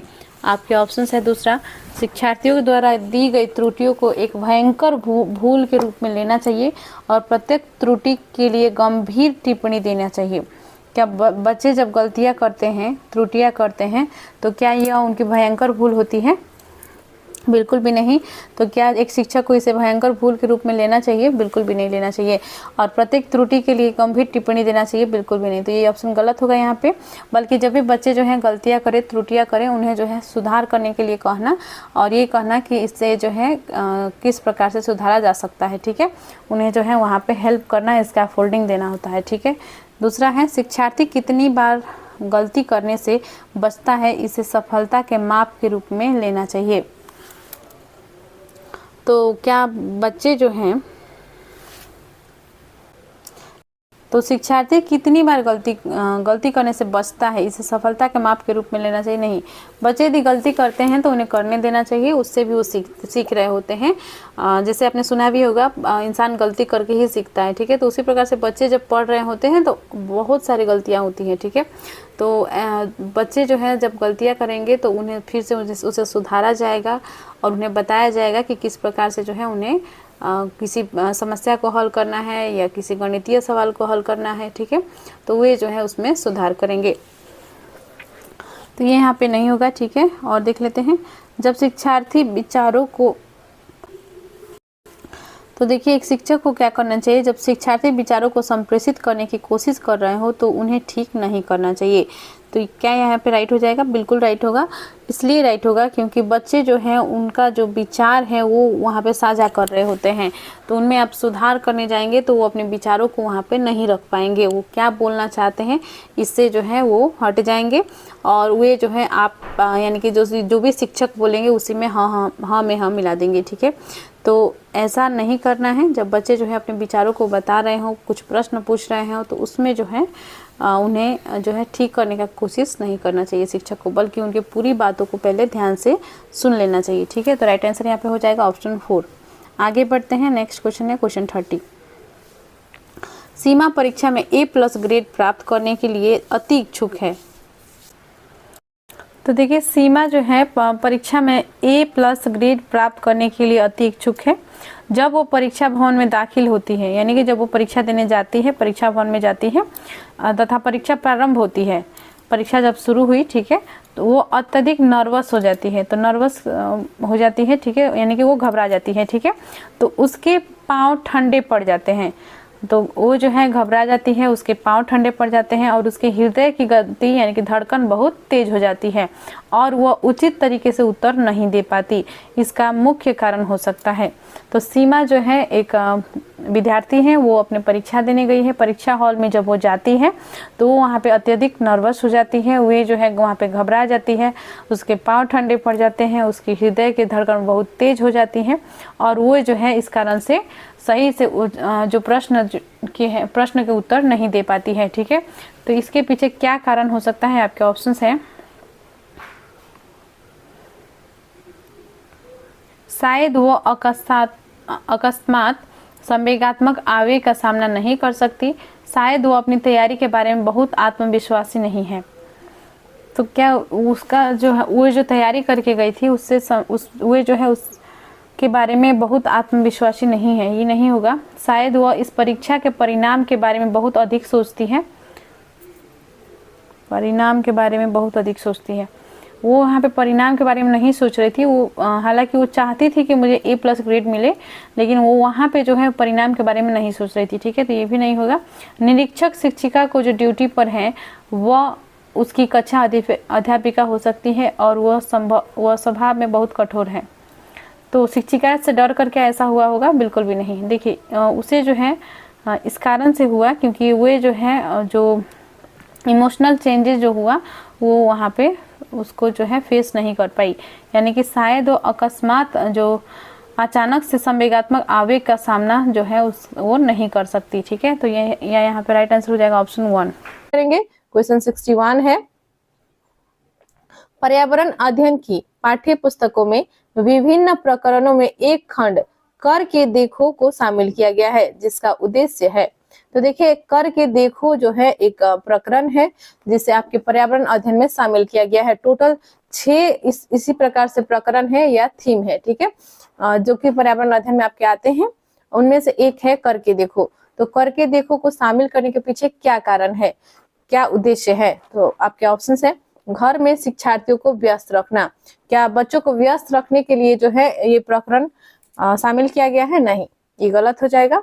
प्रत्यक्ष हस्तपरक अनुभव उपलब्ध कराना सही हो सकता है। और देख लेते हैं, परीक्षा में निष्पादन को सुधारना।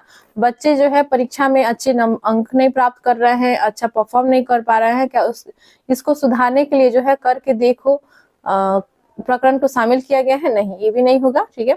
वैज्ञानिक शब्दावली की परिभाषाएं सीखना, यानी कि जो साइंटिफिक वर्ड्स होते हैं, जो कठिन वर्ड्स होते हैं, वैज्ञानिक शब्दावली होते हैं, उन्हें सीखने के लिए क्या इस प्रकरण को शामिल किया गया है? नहीं, ये भी यहाँ पे गलत हो जाएगा, ठीक है। तो ऑप्शन यहाँ पे सेकेंड ही करेक्ट होगा।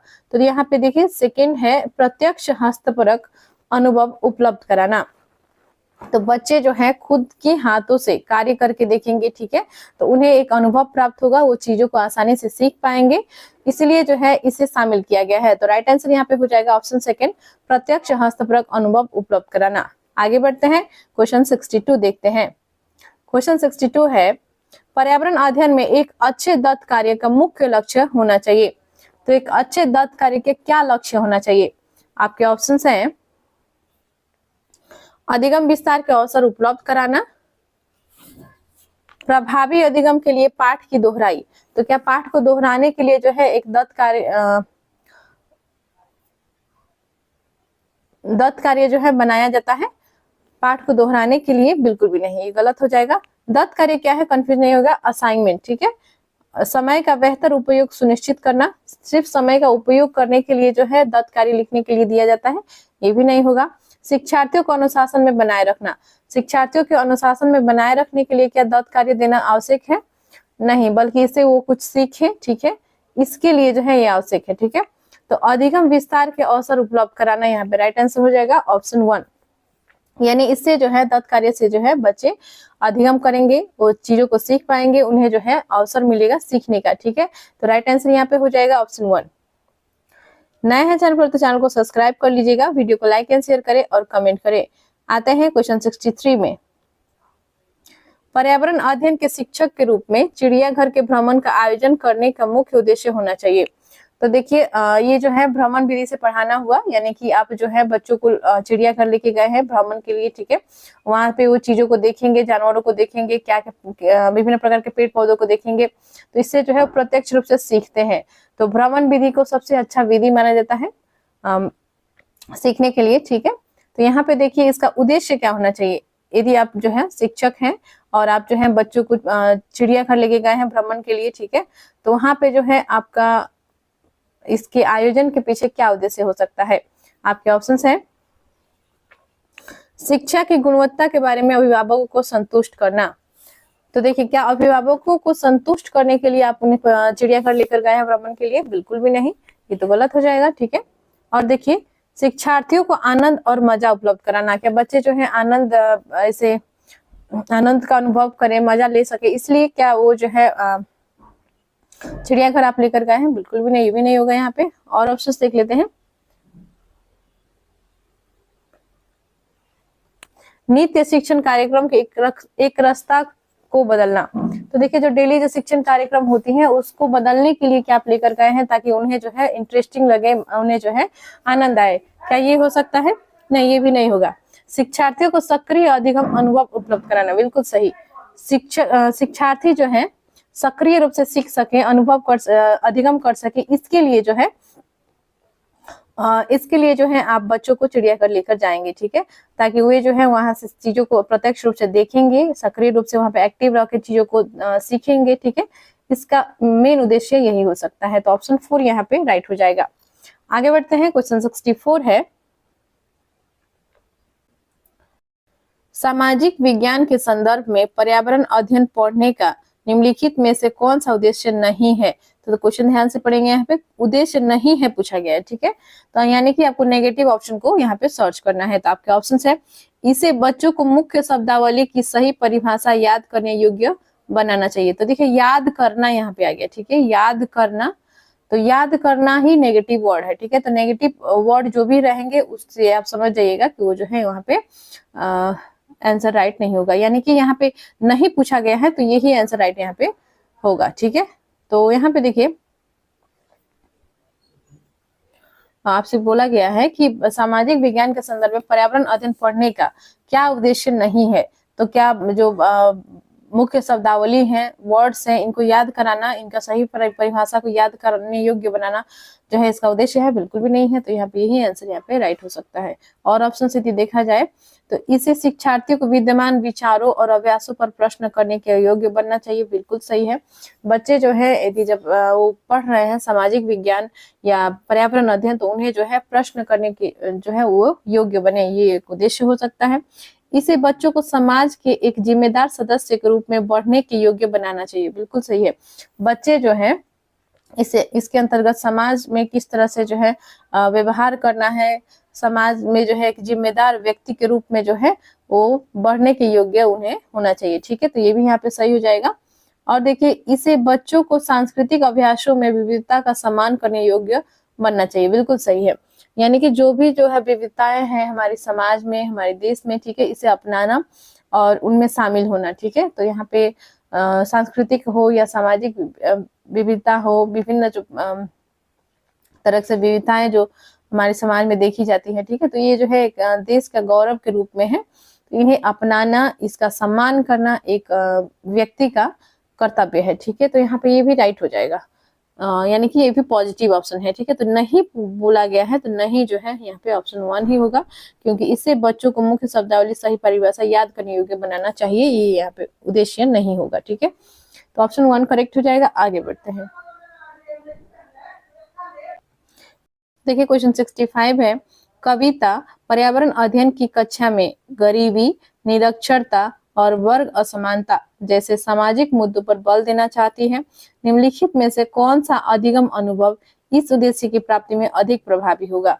तो देखिए कविता यहाँ पे शिक्षिका है, ठीक है, ईवीएस के, और वे जो है बच्चों को किन चीजों के बारे में जो है जो सामाजिक मुद्दे हैं जैसे कि गरीबी है, निरक्षरता, वर्ग असमानताएं हैं, इनके बारे में जो है वो अधिगम अनुभव। तो कौन सा अधिगम अनुभव इस उद्देश्य की प्राप्ति में अधिक प्रभावी होगा? आपके ऑप्शंस देख लेते हैं। शिक्षार्थियों को संबंधित मुद्दों पर स्लोगन लिखने के लिए कहना, संबंधित मुद्दों पर विशेष व्याख्यानों का आयोजन करना, शिक्षार्थियों को संबंधित सामाजिक मुद्दों पर चार्ट तैयार करने के लिए कहना, शिक्षार्थियों को संबंधित जानकारी एकत्र करने और विश्लेषण करने के लिए सामूहिक परियोजना लेने के लिए कहना। तो देखिए सबसे जो है उपयुक्त यहाँ पे ऑप्शन आपका जो हो जाएगा वो हो जाएगा यहाँ पे ऑप्शन 4, क्योंकि यहाँ पे सामूहिक परियोजना की बात हो रही है। ठीक है, क्योंकि सामूहिक स्लोगन लिखना, चार्ट तैयार करना, इससे भी जो है सबसे अच्छा जो तरीका होगा बच्चों को सिखाने के लिए, इन मुद्दों को से अवगत कराने के लिए, तो वो हो जाएगा सामूहिक परियोजना। ठीक है, इससे संबंधित जानकारी एकत्र करना और विश्लेषण करने के लिए सामूहिक परियोजना लेने के लिए कहना। ठीक है, तो यहाँ पे ऑप्शन 4 करेक्ट हो जाएगा। आगे बढ़ते हैं, क्वेश्चन 66 है, प्राथमिक स्तर पर पर्यावरण अध्ययन में रचनात्मक आकलन डैश को शामिल नहीं करता। तो रचनात्मक आकलन जो है किस चीज को शामिल नहीं करता? ऑप्शन है शिक्षार्थियों की ग्रेडिंग और रैंकिंग, शिक्षार्थियों के अधिगम रिक्तियों की पहचान, शिक्षण में कमियों की पहचान, शिक्षार्थियों में सीखने को बढ़ाना। तो यहाँ पे देखिए रचनात्मक आकलन की बात हो रही है। तो रचनात्मक आकलन में जो है बच्चों को देखा जाता है कि वहाँ उनमें जो है किन जो है क्षेत्र में उनकी जो है कमजोरी है, कहाँ पर जो है वो सीखने में चूक रहे हैं, कहाँ पे जो है उन्हें परेशानी आ रही है, कहाँ पे वो त्रुटि कर रहे हैं, ये सभी जो है आकलन किए जाते हैं। तो वहाँ पे जो है ग्रेडिंग, रैंकिंग, उन्हें जो है नंबर के आधार पर देखना, या ये सब नहीं किया जाता है। ठीक है, तो किसे जो है शामिल नहीं किया जाता है? तो यहाँ पे राइट आंसर हो जाएगा ऑप्शन 1, शिक्षार्थियों की ग्रेडिंग और रैंकिंग को जो है शामिल नहीं किया जाता है। आगे बढ़ते हैं, नेक्स्ट क्वेश्चन है क्वेश्चन 67, नीचे लोगों के कुछ क्रियाकलाप दिए गए हैं, खानों के उत्खनन, बांधों का निर्माण, बाजार में बेचने के लिए पत्तियों एवं जड़ी बूटी इकट्ठी करना, बांस से टोकरी बुनना, गिरे हुए पत्तों से पतल बनाना। तो यहाँ पे देखिए क्वेश्चन क्या है, इनमें से वह क्रियाकलाप कौन से है जो जंगलों के गायब होने के लिए जिम्मेदार है?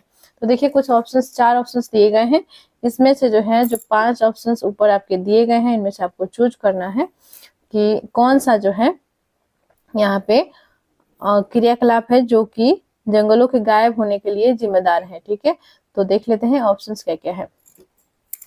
खानों के उत्खनन, तो खानों को उत्खनन के लिए जो है जंगलों को काटना पड़ेगा। ठीक है, जंगलों को हटाना पड़ेगा, तो यहाँ पे हो सकता है। ठीक है, बांधों का निर्माण, बांधों का निर्माण करने के लिए जंगल को हटाना होगा, सभी पेड़ पौधे को काटना होगा, तो ये भी जो है इससे भी जो है क्या होगा, जंगल गायब होंगे। ठीक है, बाजार में बेचने के लिए पत्तियां एवं जड़ी बूटी इकट्ठी करना, जड़ी बूटी तोड़ने से जो है जंगल गायब नहीं होगा, तो यहाँ पे नहीं होगा। बांस से टोकरी बुनना, ये भी नहीं होगा, बांस का यूज ही वही होता है। ठीक है, गिरे हुए पत्तों से पतल बनाना, गिरे हुए पत्तल को आप यूज कर रहे हैं तो उससे जो है वो इसे भी यूजलेस होता है। यदि आप उसका यूज करके पत्तल बना रहे हैं तो और अच्छी बात है, इससे जो है कोई नुकसान जंगल को नहीं पहुंचता है। ठीक है, तो ये भी यहाँ पे नहीं होगा, तो ऑप्शन ए और बी यहाँ पे सही हो जाएगा। तो ऑप्शन 3 राइट हो जाएगा, ए तथा बी। ठीक है, नेक्स्ट है क्वेश्चन 68, कांसे के बारे में सही कथन चुनिए। तो कांसा जो है किन चीजों से मिलकर बना होता है? आपके ऑप्शन है कांसे लोहे, चांदी और स्वर्ण की भांति एक तत्व है। क्या ये जो है चांदी के समान है, लोहा के समान है, या जो है ये सोना के समान है? बिल्कुल भी नहीं, ये गलत है। कांसे को तांबा तथा टीन से पिघलाकर तैयार किया जाता है। तो कॉपर और जिंक सही है। ठीक है, कॉपर और टीन, ठीक है, सही हो जाएगा। यहाँ पे तांबे और टीन से पिघलाकर जो है इसे तैयार किया जाता है, बिल्कुल सही है। कांसे अत्यंत मजबूत होता है और इससे तोप तथा मूर्ति बनाई जाती है। तो कांसा जो है मजबूत होता है, बिल्कुल सही है, इससे जो है तोप मूर्तियां बनाई जाती है, ये भी सही है। ठीक है, तो यहाँ पे ये सही है, ये भी सही है। कांसे के बर्तन एल्युमिनियम के बर्तनों की तुलना में हल्के और अधिक मजबूत नहीं है बोला गया है। ठीक है, यानी कि कांसे के बर्तन जो है एल्युमिनियम के बर्तनों की तुलना में हल्के और अधिक मजबूत नहीं है। तो अधिक मजबूत तो है, ठीक है, और हल्के नहीं है, ये सही है, लेकिन मजबूत जो है नहीं है, ये गलत है यहाँ पे, तो ये ऑप्शन गलत हो जाएगा। तो राइट आंसर यहाँ पे देखिए हो जाएगा बी और सी दिया गया है, तो ऑप्शन सेकंड में है बी तथा सी। नेक्स्ट है क्वेश्चन 69। गांधीधाम गुजरात का रहने वाला कोई व्यक्ति पहले भोपाल मध्य प्रदेश और फिर हैदराबाद आंध्र प्रदेश जाना चाहता है, उसके सफर यात्रा की दिशाएं क्या होंगी? तो देखिए ये जो है गुजरात का रहने वाला है, ठीक है, यहाँ पे गुजरात है, तो ये गुजरात के रहने वाले हैं, ठीक है। तो ये जो है यहाँ से चलते हैं, ठीक है, और यहाँ पे बोला गया है कि रहने वाला व्यक्ति पहले भोपाल यानी कि मध्य प्रदेश की ओर चलते हैं, ठीक है। तो मध्य प्रदेश की ओर जाना होगा तो किधर जाएंगे, इस तरफ जाएंगे, ठीक है। तो इस तरफ जाकर जो है ये यहाँ पे मध्य प्रदेश पहुंच गए, ठीक है। तो ये किस तरफ गए, पूरब की ओर गए, ठीक है। और देखिए अब फिर हैदराबाद इनको जाना है, तो हैदराबाद जाने के लिए जो है किस तरफ जाना होगा, हैदराबाद आंध्र प्रदेश, आंध्र प्रदेश जाने के लिए जो है इस तरफ जाना होगा, ठीक है। तो यहाँ से जो है ये कहाँ पहुंच जाएंगे, आंध्र प्रदेश, ठीक है। तो यहाँ पे राइट आंसर जो हो जाएगा वो क्या हो जाएगा, पूर्व में सबसे पहले गए, फिर उसके बाद से दक्षिण की ओर गए, ठीक है। देख लेते हैं क्या क्या दिए गए हैं। पहले दक्षिण दिशा में फिर पूर्व दिशा में, ऐसा है नहीं, पहले पूर्व दिशा में गए, तो ये गलत है। पहले पूर्व दिशा में फिर दक्षिण दिशा में, ये सही है। तो और ऑप्शंस नहीं दिखेंगे और कंफ्यूजन क्रिएट होगा, ठीक है। तो पहले पूर्व दिशा में जाते हैं, पहले इस तरफ को गए हैं, ठीक है। यहाँ गुजरात था तो वो इस तरफ गए मध्य प्रदेश, और फिर नीचे की तरफ आए तो यहाँ पे हैदराबाद यानी कि आंध्र प्रदेश। तो करेक्ट आंसर यहाँ पे हो जाएगा ऑप्शन सेकेंड, ठीक है। पहले पूर्व दिशा में फिर दक्षिण दिशा में। आगे बढ़ते हैं, नेक्स्ट क्वेश्चन है क्वेश्चन 70। किसी शहर के मानचित्र पर यह लिखा था स्केल 1 सेंटीमीटर बराबर 110 मीटर, ठीक है। तो 1 सेंटीमीटर कितना लिखा है, 1 सेंटीमीटर बराबर 110 मीटर लिखा हुआ है, ठीक है। यदि मानचित्र पर किन्हीं दो स्थानों के बीच की दूरी 15 सेंटीमीटर है तो उन दोनों स्थानों के बीच की वास्तविक दूरी है। तो देखिए यहाँ पे आपसे कहा गया है कि 1 सेंटीमीटर जो है बराबर 110 सेंटीमीटर, ठीक है। तो यहाँ पे 15 सेंटीमीटर का पूछा गया है, दो स्थानों के बीच की दूरी कितना है, 15 सेंटीमीटर। तो 15 सेंटीमीटर कितना हो जाएगा, 110 इंटू 15, ठीक है।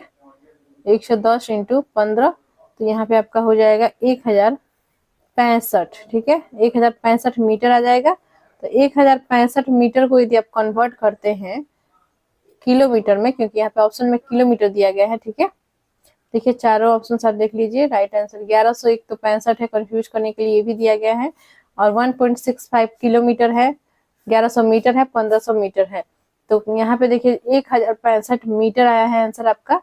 तो इसे डिवाइडेड बाई 1000 करेंगे तो आपका हो जाएगा 1.65 किलोमीटर, ठीक है। तो राइट आंसर यहाँ पे हो जाएगा ऑप्शन 1.65 किलोमीटर।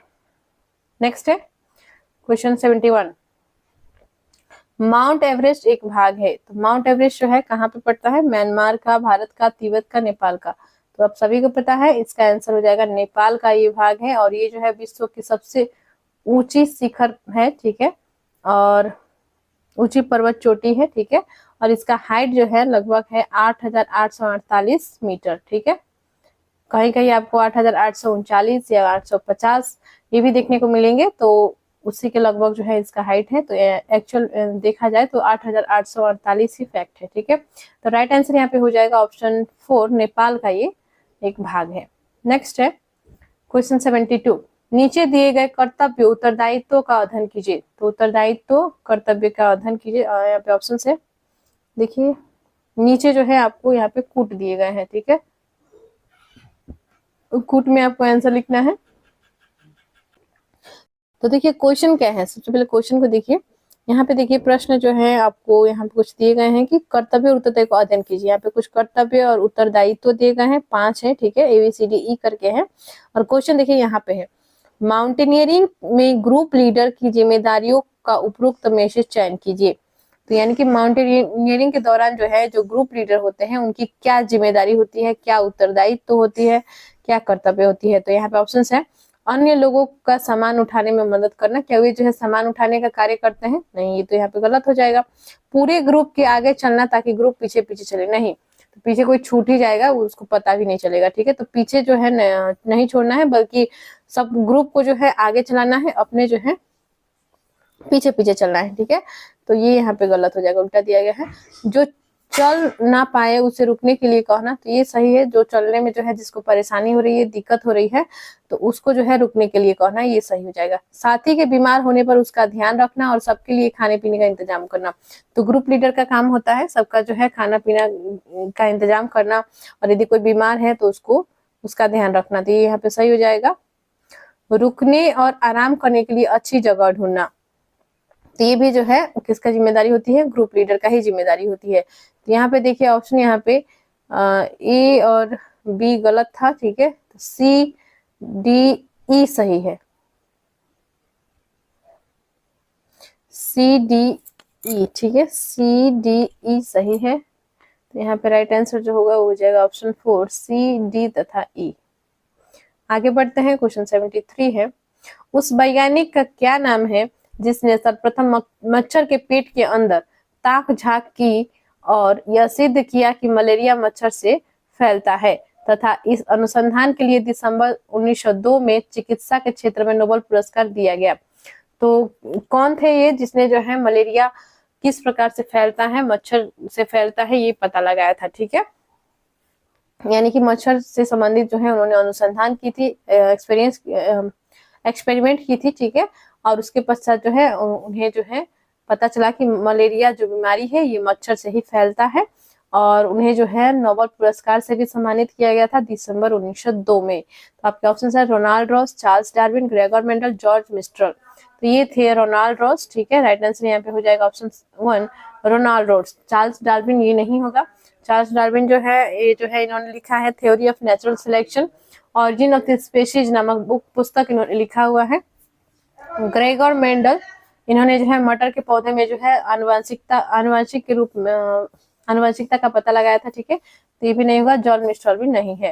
तो राइट आंसर जो हो जाएगा वो हो जाएगा यहाँ पे ऑप्शन 1 रोनाल्ड रॉस। नेक्स्ट है, रजत ने अपने मित्र से कहा मैं नहीं खेल सकता क्योंकि मुझे बुखार है, मैं कपकपी, बुखार, सिर दर्द और अंत में पसीना आने के चक्र से गुजरता हूँ। तो देखिए रजत ने क्या कहा अपने मित्र से कि वे जो है नहीं खेल सकता क्योंकि मुझे बुखार है, मैं कपकपी, बुखार, सिर दर्द और अंत में पसीना आने से चक्र से गुजरता हूँ। रक्त की जांच के बाद डॉक्टर ने मुझे एक कड़वी दवाई दी। रजत किस रोग से पीड़ित हो सकता है? तो देखिए यहाँ पे ऑप्शन है मलेरिया, मियादी बुखार, अतिसार, हैजा। तो किस रोग से जो है ये पीड़ित है? तो ये है मलेरिया से, ठीक है। तो रजत जो है मलेरिया से ग्रसित है क्योंकि उसे जो है उसी के लक्षण दिखाई देना है, बुखार आना, कपकपी और सिर दर्द, ठीक है, और पसीना आना, ठीक है। तो ये सभी जो है मलेरिया के लक्षण है। तो राइट आंसर यहाँ पे हो जाएगा ऑप्शन 1। नेक्स्ट है अलबरूनी कौन था? अलबरूनी जो है भारत में मोहम्मद गजनवी के साथ आया था और इन्होंने एक किताब लिखा था, किताब का नाम था किताबुल हिंद, ठीक है। तो यहाँ पे ऑप्शंस देखिए क्या क्या है। वह एक यात्री था जिसने भारत के लोगों की संस्कृति का अध्ययन करने के लिए कश्मीर से कन्याकुमारी तक की यात्रा की। तो क्या कश्मीर से कन्याकुमारी तक का यात्रा की थी? ये नहीं, गलत हो जाएगा। वह एक कुतुबशाही सुल्तान था जिसने हमारे देश में लगभग 40 वर्ष शासन किया। नहीं, शासक वो नहीं था, ये भी यहाँ पे गलत है। वह अफगानिस्तान का एक व्यापारी था जो हमारे देश में मेवों के बाजारों का अध्ययन करने आया था। नहीं, ये भी नहीं है। वह उज्बेकिस्तान का यात्री था, बिल्कुल सही। ये जो है उज्बेकिस्तान से आया था अलबरूनी, जिसने एक किताब लिखी थी जो हमारे देश के इतिहास के बारे में जानने में सहायक है, बिल्कुल सही है। और इन्होंने जो है जो किताब लिखी थी किताबुल हिंद, इस किताब में जो है उन्होंने भारतीय संस्कृति के बारे में, उस समय जो है किस प्रकार से बाजार व्यवस्था थी, विभिन्न इतिहास के बारे में जो है, भारत के इतिहास के बारे में उन्होंने उल्लेखित किया है। भारतीय समाज के बारे में विशेषकर इन्होंने जो है लिखा है, ठीक है। तो राइट आंसर यहाँ पे हो जाएगा ऑप्शन 4। वह उज्बेकिस्तान का यात्री था जिसने एक किताब लिखी थी जो हमारे देश के इतिहास के बारे में जानने में सहायक है, ठीक है। तो राइट आंसर यहाँ पे ऑप्शन 4 हो जाएगा। नमस्कार दोस्तों, आज हम करने वाले हैं ईवीएस से संबंधित क्वेश्चन आंसर, और ये जो है क्वेश्चन होंगे आपके 28 जुलाई 2013 का प्रश्न पत्र का। और इससे पहले हमने सीडीपी के 2 वीडियो और ईवीएस के 1 वीडियो ऑलरेडी अपलोड कर दिया है। यदि आप उन वीडियोज को देखना चाहते हैं तो चैनल में प्लेलिस्ट बना हुआ है, प्लेलिस्ट का नाम है सीटेट फरवरी 2026 पेपर 1। तो शुरू करते हैं वीडियो को। नए हैं चैनल पर तो चैनल को जरूर सब्सक्राइब कर लीजिएगा।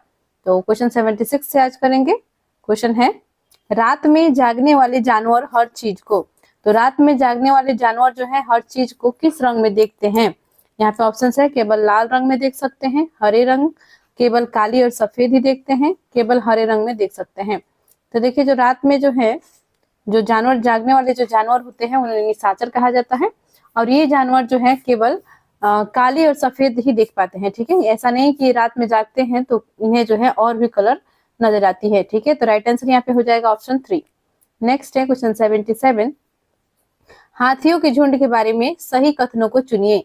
तो हाथियों के झुंड के बारे में कुछ दिए गए हैं। ऑप्शंस है हाथियों के झुंड में केवल हथिनियां और 14-15 बच्चे ही रहते हैं। तो बिल्कुल सही है, हाथियों के झुंड में जो है केवल हथिनियां रहती है और 14 से 15 वर्ष के बच्चे रहते हैं। ठीक है, इसमें जो है हाथी नहीं रहता है। ठीक है, जब बच्चे जो होते हैं मेल और फीमेल दोनों बच्चे रहते हैं झुंड में, जब वो जो है बड़ा हो जाता है हाथी तो वो जो है झुंड से बाहर हो जाता है। ठीक है, हाथियों के एक झुंड में किसी एक ही परिवार के सदस्य होते हैं। तो देखिए किसी एक ही परिवार के सिर्फ सदस्य नहीं होते हैं बल्कि अनेक परिवार के सदस्य एक साथ झुंड बनाए होते हैं। तो ये यहाँ पे गलत हो जाएगा। झुंड की सबसे बुजुर्ग हथिनी पूरी झुंड की नेता होती है, ये सही है। एक झुंड में हथिनियों और बच्चों की संख्या कितनी भी हो सकती है। तो देखिए यहाँ पे कहा गया है कि एक झुंड में जो है हथिनियों और बच्चों की संख्या कितनी भी हो सकती है, कितनी भी नहीं हो सकती है, क्योंकि ये गलत हो जाएगा, क्योंकि हथिनियां जो है एक ही होती है। ठीक है, और बच्चे जो है उनकी जो है संख्या होती है लगभग 14 से 15 वर्ष के बच्चे इसमें होते हैं। ठीक है, तो ये गलत हो जाएगा। तो यहाँ पे देखिए ए और सी सही था, ठीक है, बी गलत है। तो राइट आंसर यहाँ पे हो जाएगा ऑप्शन 3, ए तथा सी। आगे बढ़ते हैं, क्वेश्चन 78 है, पंखुड़ियों के अंदर फूल के बीच में कुछ पतली पाउडर जैसी संरचनाएं दिखाई देती हैं, जिन्हें कहते हैं। तो पंखुड़ियों के अंदर फूल के बीच में जो है कुछ पतली पाउडर जैसी जो रचनाएं होती हैं, इन्हें क्या कहा जाता है? वर्तिकाग्र, परागकोश, पराग मूलांकुर। तो राइट आंसर यहाँ पे हो जाएगा आपका ऑप्शन 3, पराग। ठीक है, पराग कहा जाता है इसे। नेक्स्ट है क्वेश्चन 79, यदि आप रेलगाड़ी द्वारा अहमदाबाद गुजरात जाएं तो आपको रेलवे स्टेशन पर अधिकतर बेचने वाले खाने की कौन सी चीजें बेचते मिलेंगे? तो अहमदाबाद गुजरात की बात हो रही है। तो अहमदाबाद गुजरात के यदि रेलवे स्टेशन में हम लोग जाए तो वहां पे जो है सबसे ज्यादा आपको क्या मिलेगा खाने के लिए? ठीक है, तो यहाँ पे देखिए ऑप्शन है पूरी, साग तथा ठंडा दूध, ढोकला, चटनी, नींबू वाले चावल, छोले भटूरे तथा लस्सी, इडली चटनी, बड़ा चटनी। ठीक है, तो देखिए गुजरात में जो है यदि बात किया जाए तो गुजरात में जो है वहाँ का फेमस जो खाना होती है वो होता है ढोकला, चटनी और नींबू वाले चावल। यहाँ पे जो है आपको स्टेशन में भी यही चीजें मिल जाएंगी। ठीक है, ढोकला, चटनी और नींबू वाले चावल। तो यदि ये जो है वहाँ की स्पेशलिटी है। तो यदि बिहार की यदि बात करें तो बिहार में जैसे कि लिट्टी चोखा हो गया, आपको मिल जाएंगे, चना मिल जाएंगे, बादाम भुजा हुआ मिल जाएगा। ठीक है, ये सब मिलते हैं। तो उसी प्रकार से वहाँ का जो फेमस फूड है ढोकला, चटनी और नींबू वाले चावल वहाँ पे अधिकतर आपको बेचते हुए मिलेंगे। ठीक है, तो यहाँ पे राइट आंसर हो जाएगा ऑप्शन 2। नेक्स्ट है क्वेश्चन 80, पक्षी अपने गर्दन बहुत अधिक हिलाते हैं, इसका कारण है कि? तो देखिए पक्षी जो है अपनी गर्दन क्यों अधिक हिलाते हैं? तो आपके ऑप्शन है उनके कान पंखों से ढके होते हैं। क्या उनके जो है कान जो है पंखों से ढके हुए होते हैं?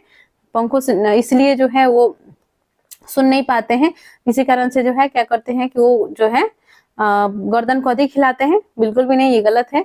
उड़ सकते हैं। तो क्या पक्षी जो है अपने गर्दन हिलाते इसलिए है ताकि वो उड़ सके? नहीं, ये भी यहाँ पे नहीं होगा। पक्षियों की आंखों की पुतली घूम नहीं सकती है, बिल्कुल सही है। पक्षियों की आंखों की पुतली जो है स्थिर रहती है, वो जो है घूमती नहीं है, इसलिए जो है उन्हें जब भी देखना होता है इधर उधर तो वो गर्दन को हिलाते हुए देखते हैं। ठीक है, तो यहाँ पे राइट आंसर जो हो जाएगा वो ऑप्शन 3 ही होगा। ठीक है, पक्षियों की आंख छोटी होती नहीं है, यहाँ पे ऑप्शन गलत है। आगे बढ़ते हैं क्वेश्चन 81, निदान के पश्चात कोई डॉक्टर रोगी से यह कहता है कि उसके खून में हीमोग्लोबिन की कमी है, तो उस रोगी को आयरन की कमी को पूरा करने के लिए क्या क्या खाना चाहिए? तो देखिए खून में जो है हेमोग्लोबिन की कमी होना, यानी कि सिंपल से समझा जाए तो खून में जो है खून की कमी होना। ठीक है, हम लोग जनरली कहते हैं लोग कि जैसे कि किसी का भी जो है खून की कमी हो जाती है शरीर में तो उसे जो है थकान सा महसूस होता है। ठीक है, तो ये जो है सभी कारण होते हैं। तो यहाँ पे देखिए, और एनीमिया नामक जो बीमारी है वो भी जो है हेमोग्लोबिन की कमी यानी कि खून की कमी के कारण होती है। तो इसका पूर्ति कैसे किया जा सकता है? आयरन युक्त भोजन के तहत, ठीक है। तो आयरन की कमी को जो है पूरा करने के लिए क्या क्या खाना चाहिए, यहाँ पे पूछा गया है। तो आयरन जो है किन किन सब्जियों में, फलों में पाया जाता है? तो आपके ऑप्शन से आंवला, हरी पत्तेदार सब्जियां, गुड़, चावल, चीनी, आंवला, हरी पत्तेदार सब्जियां, गेहूं, संतरा, गुड़, नींबू, मटर। तो यहाँ पे देखिए संतरा नहीं होगा, विटामिन सी इसमें पाया जाता है, ठीक है। और यहाँ पे देखिए नींबू, ये भी नहीं होगा। चावल में अधिकतर आपको कार्बोहाइड्रेट मिलेंगे, ठीक है। तो राइट आंसर जो हो जाएगा यहाँ पे हो जाएगा ऑप्शन 1, आंवला, हरी पत्तेदार सब्जियां और गुड़, इनमें जो है अधिक मात्रा में आयरन पाए जाते हैं। तो राइट आंसर यहाँ पे ऑप्शन 1 हो जाएगा। नेक्स्ट है क्वेश्चन 82, राष्ट्रीय पाठ्यचर्या की रूपरेखा 2005 प्राथमिक स्तर पर पर्यावरण अध्ययन शिक्षण का प्रमुख उद्देश्य होना चाहिए। तो प्राथमिक स्तर पर जो है पर्यावरण अध्ययन जो है पढ़ाया जाता है बच्चों को, तो इसका जो है क्या प्रमुख उद्देश्य होना चाहिए, ठीक है। तो एनसीएफ 2005 के अनुसार से यहाँ पे बातें की गई है। तो यहाँ पे ऑप्शंस देख लेते हैं। ऑप्शंस है स्वतंत्र रूप से प्रयोग करने की कुशलता अर्जित करना, विषय की आधारभूत संकल्पनाओं की आधारभूत समझ का विकास, विषय के आधारभूत सिद्धांतों का स्मरण करना तो नहीं होगा, ठीक है। अधिगम को विद्यालय के बाहर के जीवन से जोड़ना। तो देखिए सबसे इसमें जो उपयुक्त ऑप्शन जो हो जाएगा वो हो जाएगा यहाँ पे ऑप्शन 4, ठीक है। क्योंकि आगे है प्रश्न में प्रमुख उद्देश्य क्या होना चाहिए। तो प्रमुख उद्देश्य यही है कि कक्षा अधिगम को विद्यालय के बाहर के जीवन से जोड़ना, यानी कि जो भी पर्यावरण अध्ययन से संबंधित चीजें जो है चैप्टर्स को पढ़ाए जा रहे हैं उन्हें जो है अपनी वातावरण, यानी कि जो भी क्लासेस में हो रही है वो जो है बाहरी जीवन से जो है उसे जोड़ना, ठीक है।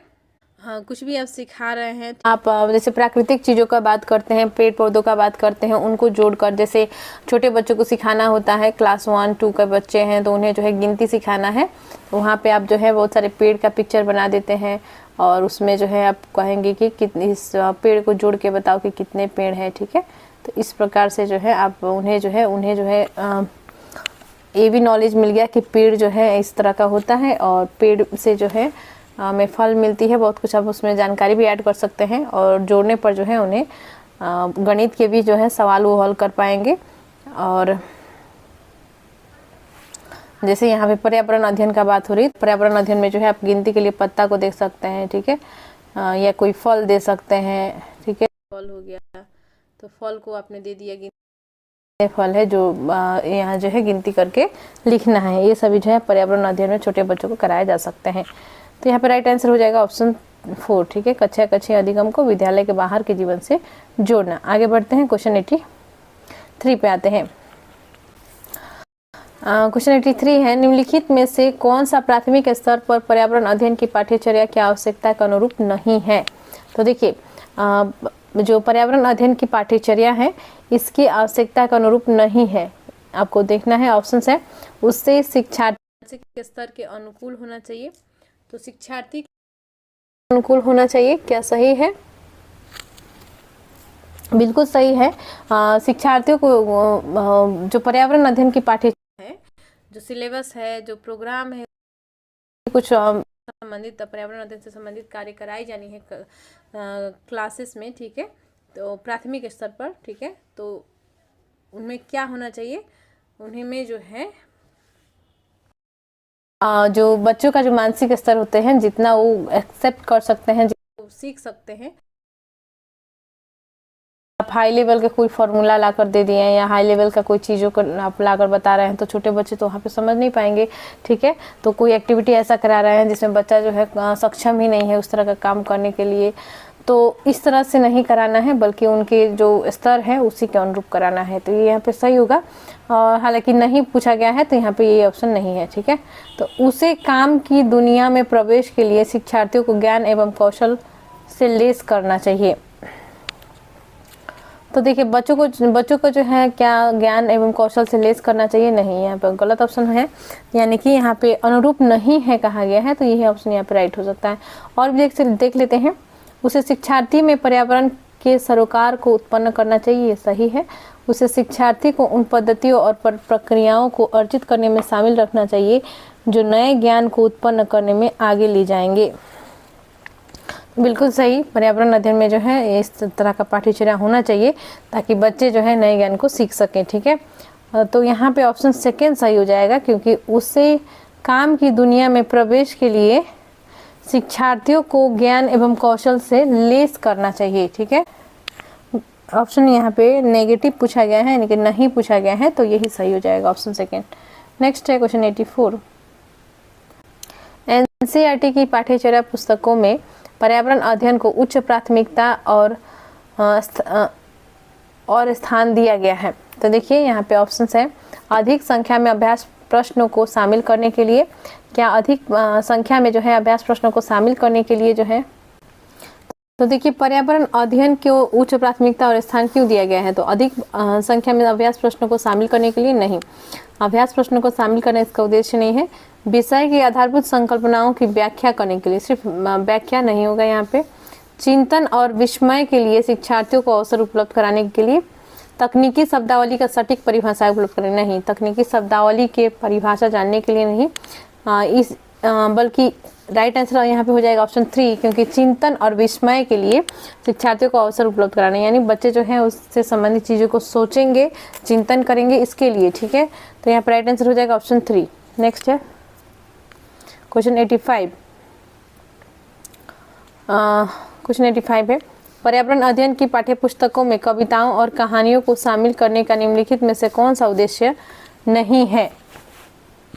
तो पाठ्य पुस्तकों में जो है कविता और कहानियों को शामिल करने के लिए निम्नलिखित में से कौन सा उद्देश्य नहीं है पूछा गया है। ठीक है, तो कभी भी आधा क्वेश्चन पढ़ के आंसर नहीं देना। ठीक है, नहीं तो आप क्या करेंगे कि जैसे ही देखिए कि हाँ कविता और कहानियों को शामिल क्यों किया गया, मैंने तो ये पढ़ा है, तो जाके आप फर्स्ट ऑप्शन ही आपका सही हो सकता है यहाँ पे, क्योंकि पॉजिटिव ऑप्शन तो देगा ही फर्स्ट में ही। ठीक है, कंफ्यूज करने के लिए, तो इन बातों का ध्यान रखेंगे। क्वेश्चन कभी भी ध्यान से पढ़ेंगे और नहीं वाला जो क्वेश्चन होगा इसमें नेगेटिव ऑप्शंस को आप सर्च करेंगे। तो ऑप्शंस हैं, शिक्षार्थियों में कल्पनाशीलता और सृजनात्मक योग्यता को बढ़ावा देना। तो बच्चों को जो है कल्पनाशील बनाना, सृजनात्मक योग्यता को बढ़ावा देना। ठीक है, तो ये यहाँ पे पर्यावरण अध्ययन में जो कविताएं और कहानियां शामिल की गई हैं, इसके पीछे ये उद्देश्य है। विषय में रुचि का विकास करना, ये भी उद्देश्य है। नित्य और एकरस विषय वस्तु में बदलाव करना, शिक्षार्थियों का आनंद और मजा उपलब्ध कराना। तो क्या शिक्षार्थियों का आनंद और मजा उपलब्ध कराना उद्देश्य है? नहीं। ठीक है, तो यहाँ पे राइट आंसर हो जाएगा ऑप्शन 4। हालांकि बच्चे जो है कविताएं और कहानियां जो है मज़ा लेकर पढ़ते हैं, लेकिन एक्चुअली इसका जो उद्देश्य जो है वो नहीं है, बल्कि बच्चे जो है ज्ञान को प्राप्त करें। ठीक है, और इस विषय में रुचि का विकास करें, और साथ में जो है बच्चे जो है कल्पनाशील बने, सृजनशील बने। ठीक है, इसके लिए जो है इसे शामिल किया गया है। तो राइट आंसर यहाँ पे हो जाएगा ऑप्शन 4। आगे बढ़ते हैं क्वेश्चन 86। पर्यावरण अध्ययन की एक अच्छी पाठ्यचर्या को बच्चे के प्रति सही, जीवन के प्रति सही और विषय के प्रति सही होना चाहिए। पाठ्यचर्या की निम्नलिखित विशेषताओं में से कौन सी उपरोक्त आवश्यकताओं को पूरा नहीं करती। तो देखिए यहाँ पे पाठ्यचर्या जो है कैसा होना चाहिए। ठीक है, तो ये जो है बच्चे के प्रति सही होना चाहिए, जीवन के प्रति सही होना चाहिए, विषय के प्रति सही होना चाहिए। ठीक है, तो पाठ्यचर्या की इस विशेषता में से जो है कौन सी जो है आवश्यकता पूरा नहीं करती, यानी निम्न में से जो है 4 ऑप्शंस दिए गए हैं, इनमें से जो है कौन सा ऑप्शन ऐसा है जो पाठ्यचर्या की विशेषताओं जो है ये पूरा नहीं करता। यहाँ पे ऑप्शंस है, यह शब्दावली और परिभाषाओं पर अधिक बल देती है, यह भय एवं पूर्वाग्रहों से मुक्त होने के मूल्य को बढ़ावा देती है। तो पर्यावरण अध्ययन का जो पाठ्यचर्या है ये जो है भय एवं पूर्वाग्रहों से मुक्त होने के लिए मूल्य को बढ़ावा देती है। बिल्कुल सही चीज़ है। इससे जो है बच्चे जो हैं पूर्वाग्रहों से दूर होते हैं, जो हमारे समाज में चली आ रही रूढ़िवादिता है इससे जो है दूर होते हैं। वो समझ पाते हैं इन चीज़ों से कि ये जो है सभी समाज द्वारा निर्मित हैं, समाज में जो है ये कुरीतियाँ हैं। ठीक है, और वे जो है इन चीज़ों को नहीं मानते, अंधविश्वास में वो नहीं रहते। आगे है, यह विषय को एक सामाजिक प्रक्रम के रूप में देखने के लिए शिक्षार्थियों हेतु आवश्यक है। बिल्कुल सही है। पर्यावरण अध्ययन में जो है बच्चे जो है सामाजिक चीज़ों को भी सीखते हैं, विभिन्न सामूहिक परियोजना करना, और इससे जो है बच्चे जो है एक दूसरे से अपनी चीज़ों को शेयर करते हैं, बातों को शेयर करते हैं, इससे जो है सामाजिक चीज़ों को भी सीखते हैं। ठीक है, तो ये भी यहाँ पे करेक्ट हो जाएगा। यह शिक्षण अधिगम प्रक्रिया पर अधिक बल देती है। बिल्कुल सही है। ये जो है सीखने और शिक्षा ग्रहण करने पर जो है अधिक बल देती है। ठीक है, तो यहाँ पे आंसर जो हो जाएगा वो हो जाएगा यहाँ पे आपका ऑप्शन 1। ठीक है, क्योंकि ये जो है जो पाठ्यचर्या है पर्यावरण अध्ययन की, क्या ये जो है शब्दावली और परिभाषाओं पर अधिक बल देती है? बिल्कुल भी नहीं। तो यहाँ पे राइट आंसर हो जाएगा ऑप्शन 1। ठीक है, नहीं पूछा गया था। आगे बढ़ते हैं। नलिनी कक्षा 3 के शिक्षार्थियों को जानवर हमारे साथी प्रकरण से परिचित कराना चाहती है। प्रकरण को और अधिक रोचक तरीके से प्रस्तुत करने के लिए निम्नलिखित में से कौन सी युक्ति सर्वाधिक उपयुक्त होगी? तो देखिए, कक्षा 3 के शिक्षार्थियों को जानवर हमारे साथी प्रकरण से परिचित कराना चाहती है। ठीक है, तो प्रकरण को और अधिक रोचक तरीके से प्रस्तुत करने के लिए कौन सा तरीका जो है सबसे उपयुक्त होगा? तो यहाँ पे ऑप्शंस देखिए। शिक्षार्थियों को पाठ्यपुस्तक में जानवरों के दिए गए चित्र को देखने के लिए कहना। तो क्या चित्र को देखने से जो है, देखिए यहाँ पे बोला गया है जी जानवर हमारे साथी। ठीक है, जानवर हमारे साथी प्रकरण है ये। ठीक है, और इससे जो है बच्चों को क्या कराना है, इस चैप्टर को रोचक बना के बच्चों को जो है इसे जोड़ना है। ठीक है, तो यहाँ पे देखिए क्या हो जाएगा, शिक्षार्थियों को पाठ्यपुस्तक में जानवरों को दिए गए चित्रों को देखने के लिए कहना, विभिन्न जानवरों के चित्र को प्रदर्शित करने वाले चार्ट का प्रयोग करना, विभिन्न जानवरों के चित्रों को सैमपट पर बनाना, जानवरों तथा उनकी उपयोगिता पर आधारित फिल्म प्रदर्शित करना। ठीक है, तो राइट आंसर जो हो जाएगा ये हो जाएगा यहाँ पे आपका ऑप्शन 4, जानवरों तथा उनकी उपयोगिता पर आधारित फिल्म प्रदर्शित करना। सबसे उपयुक्त ऑप्शन ये हो जाएगा, क्योंकि बच्चे जो है चित्र से, चार्ट से ज़्यादा और सैमपट पर चित्र बनाने से अधिक जो है वो इन फिल्म के माध्यम से उनकी क्या उपयोगिता है इसके बारे में वो समझ पाएंगे। ठीक है, जानवर के जो है हमारे जीवन के साथ क्या रिश्ता है, क्या क्यों महत्वपूर्ण है वो, ठीक है, ये सभी चीज़ों को वो जान पाएंगे। फिल्म के द्वारा जो है वो ज़्यादा अच्छे तरीके से समझ पाएंगे। तो यहाँ पे ऑप्शन 4 करेक्ट हो जाएगा। नेक्स्ट है क्वेश्चन 98। कक्षा 5 की एनसीईआरटी की पर्यावरण अध्ययन की पाठ्यपुस्तक में प्रत्येक पाठ के अंत में एक खंड को शामिल किया गया है।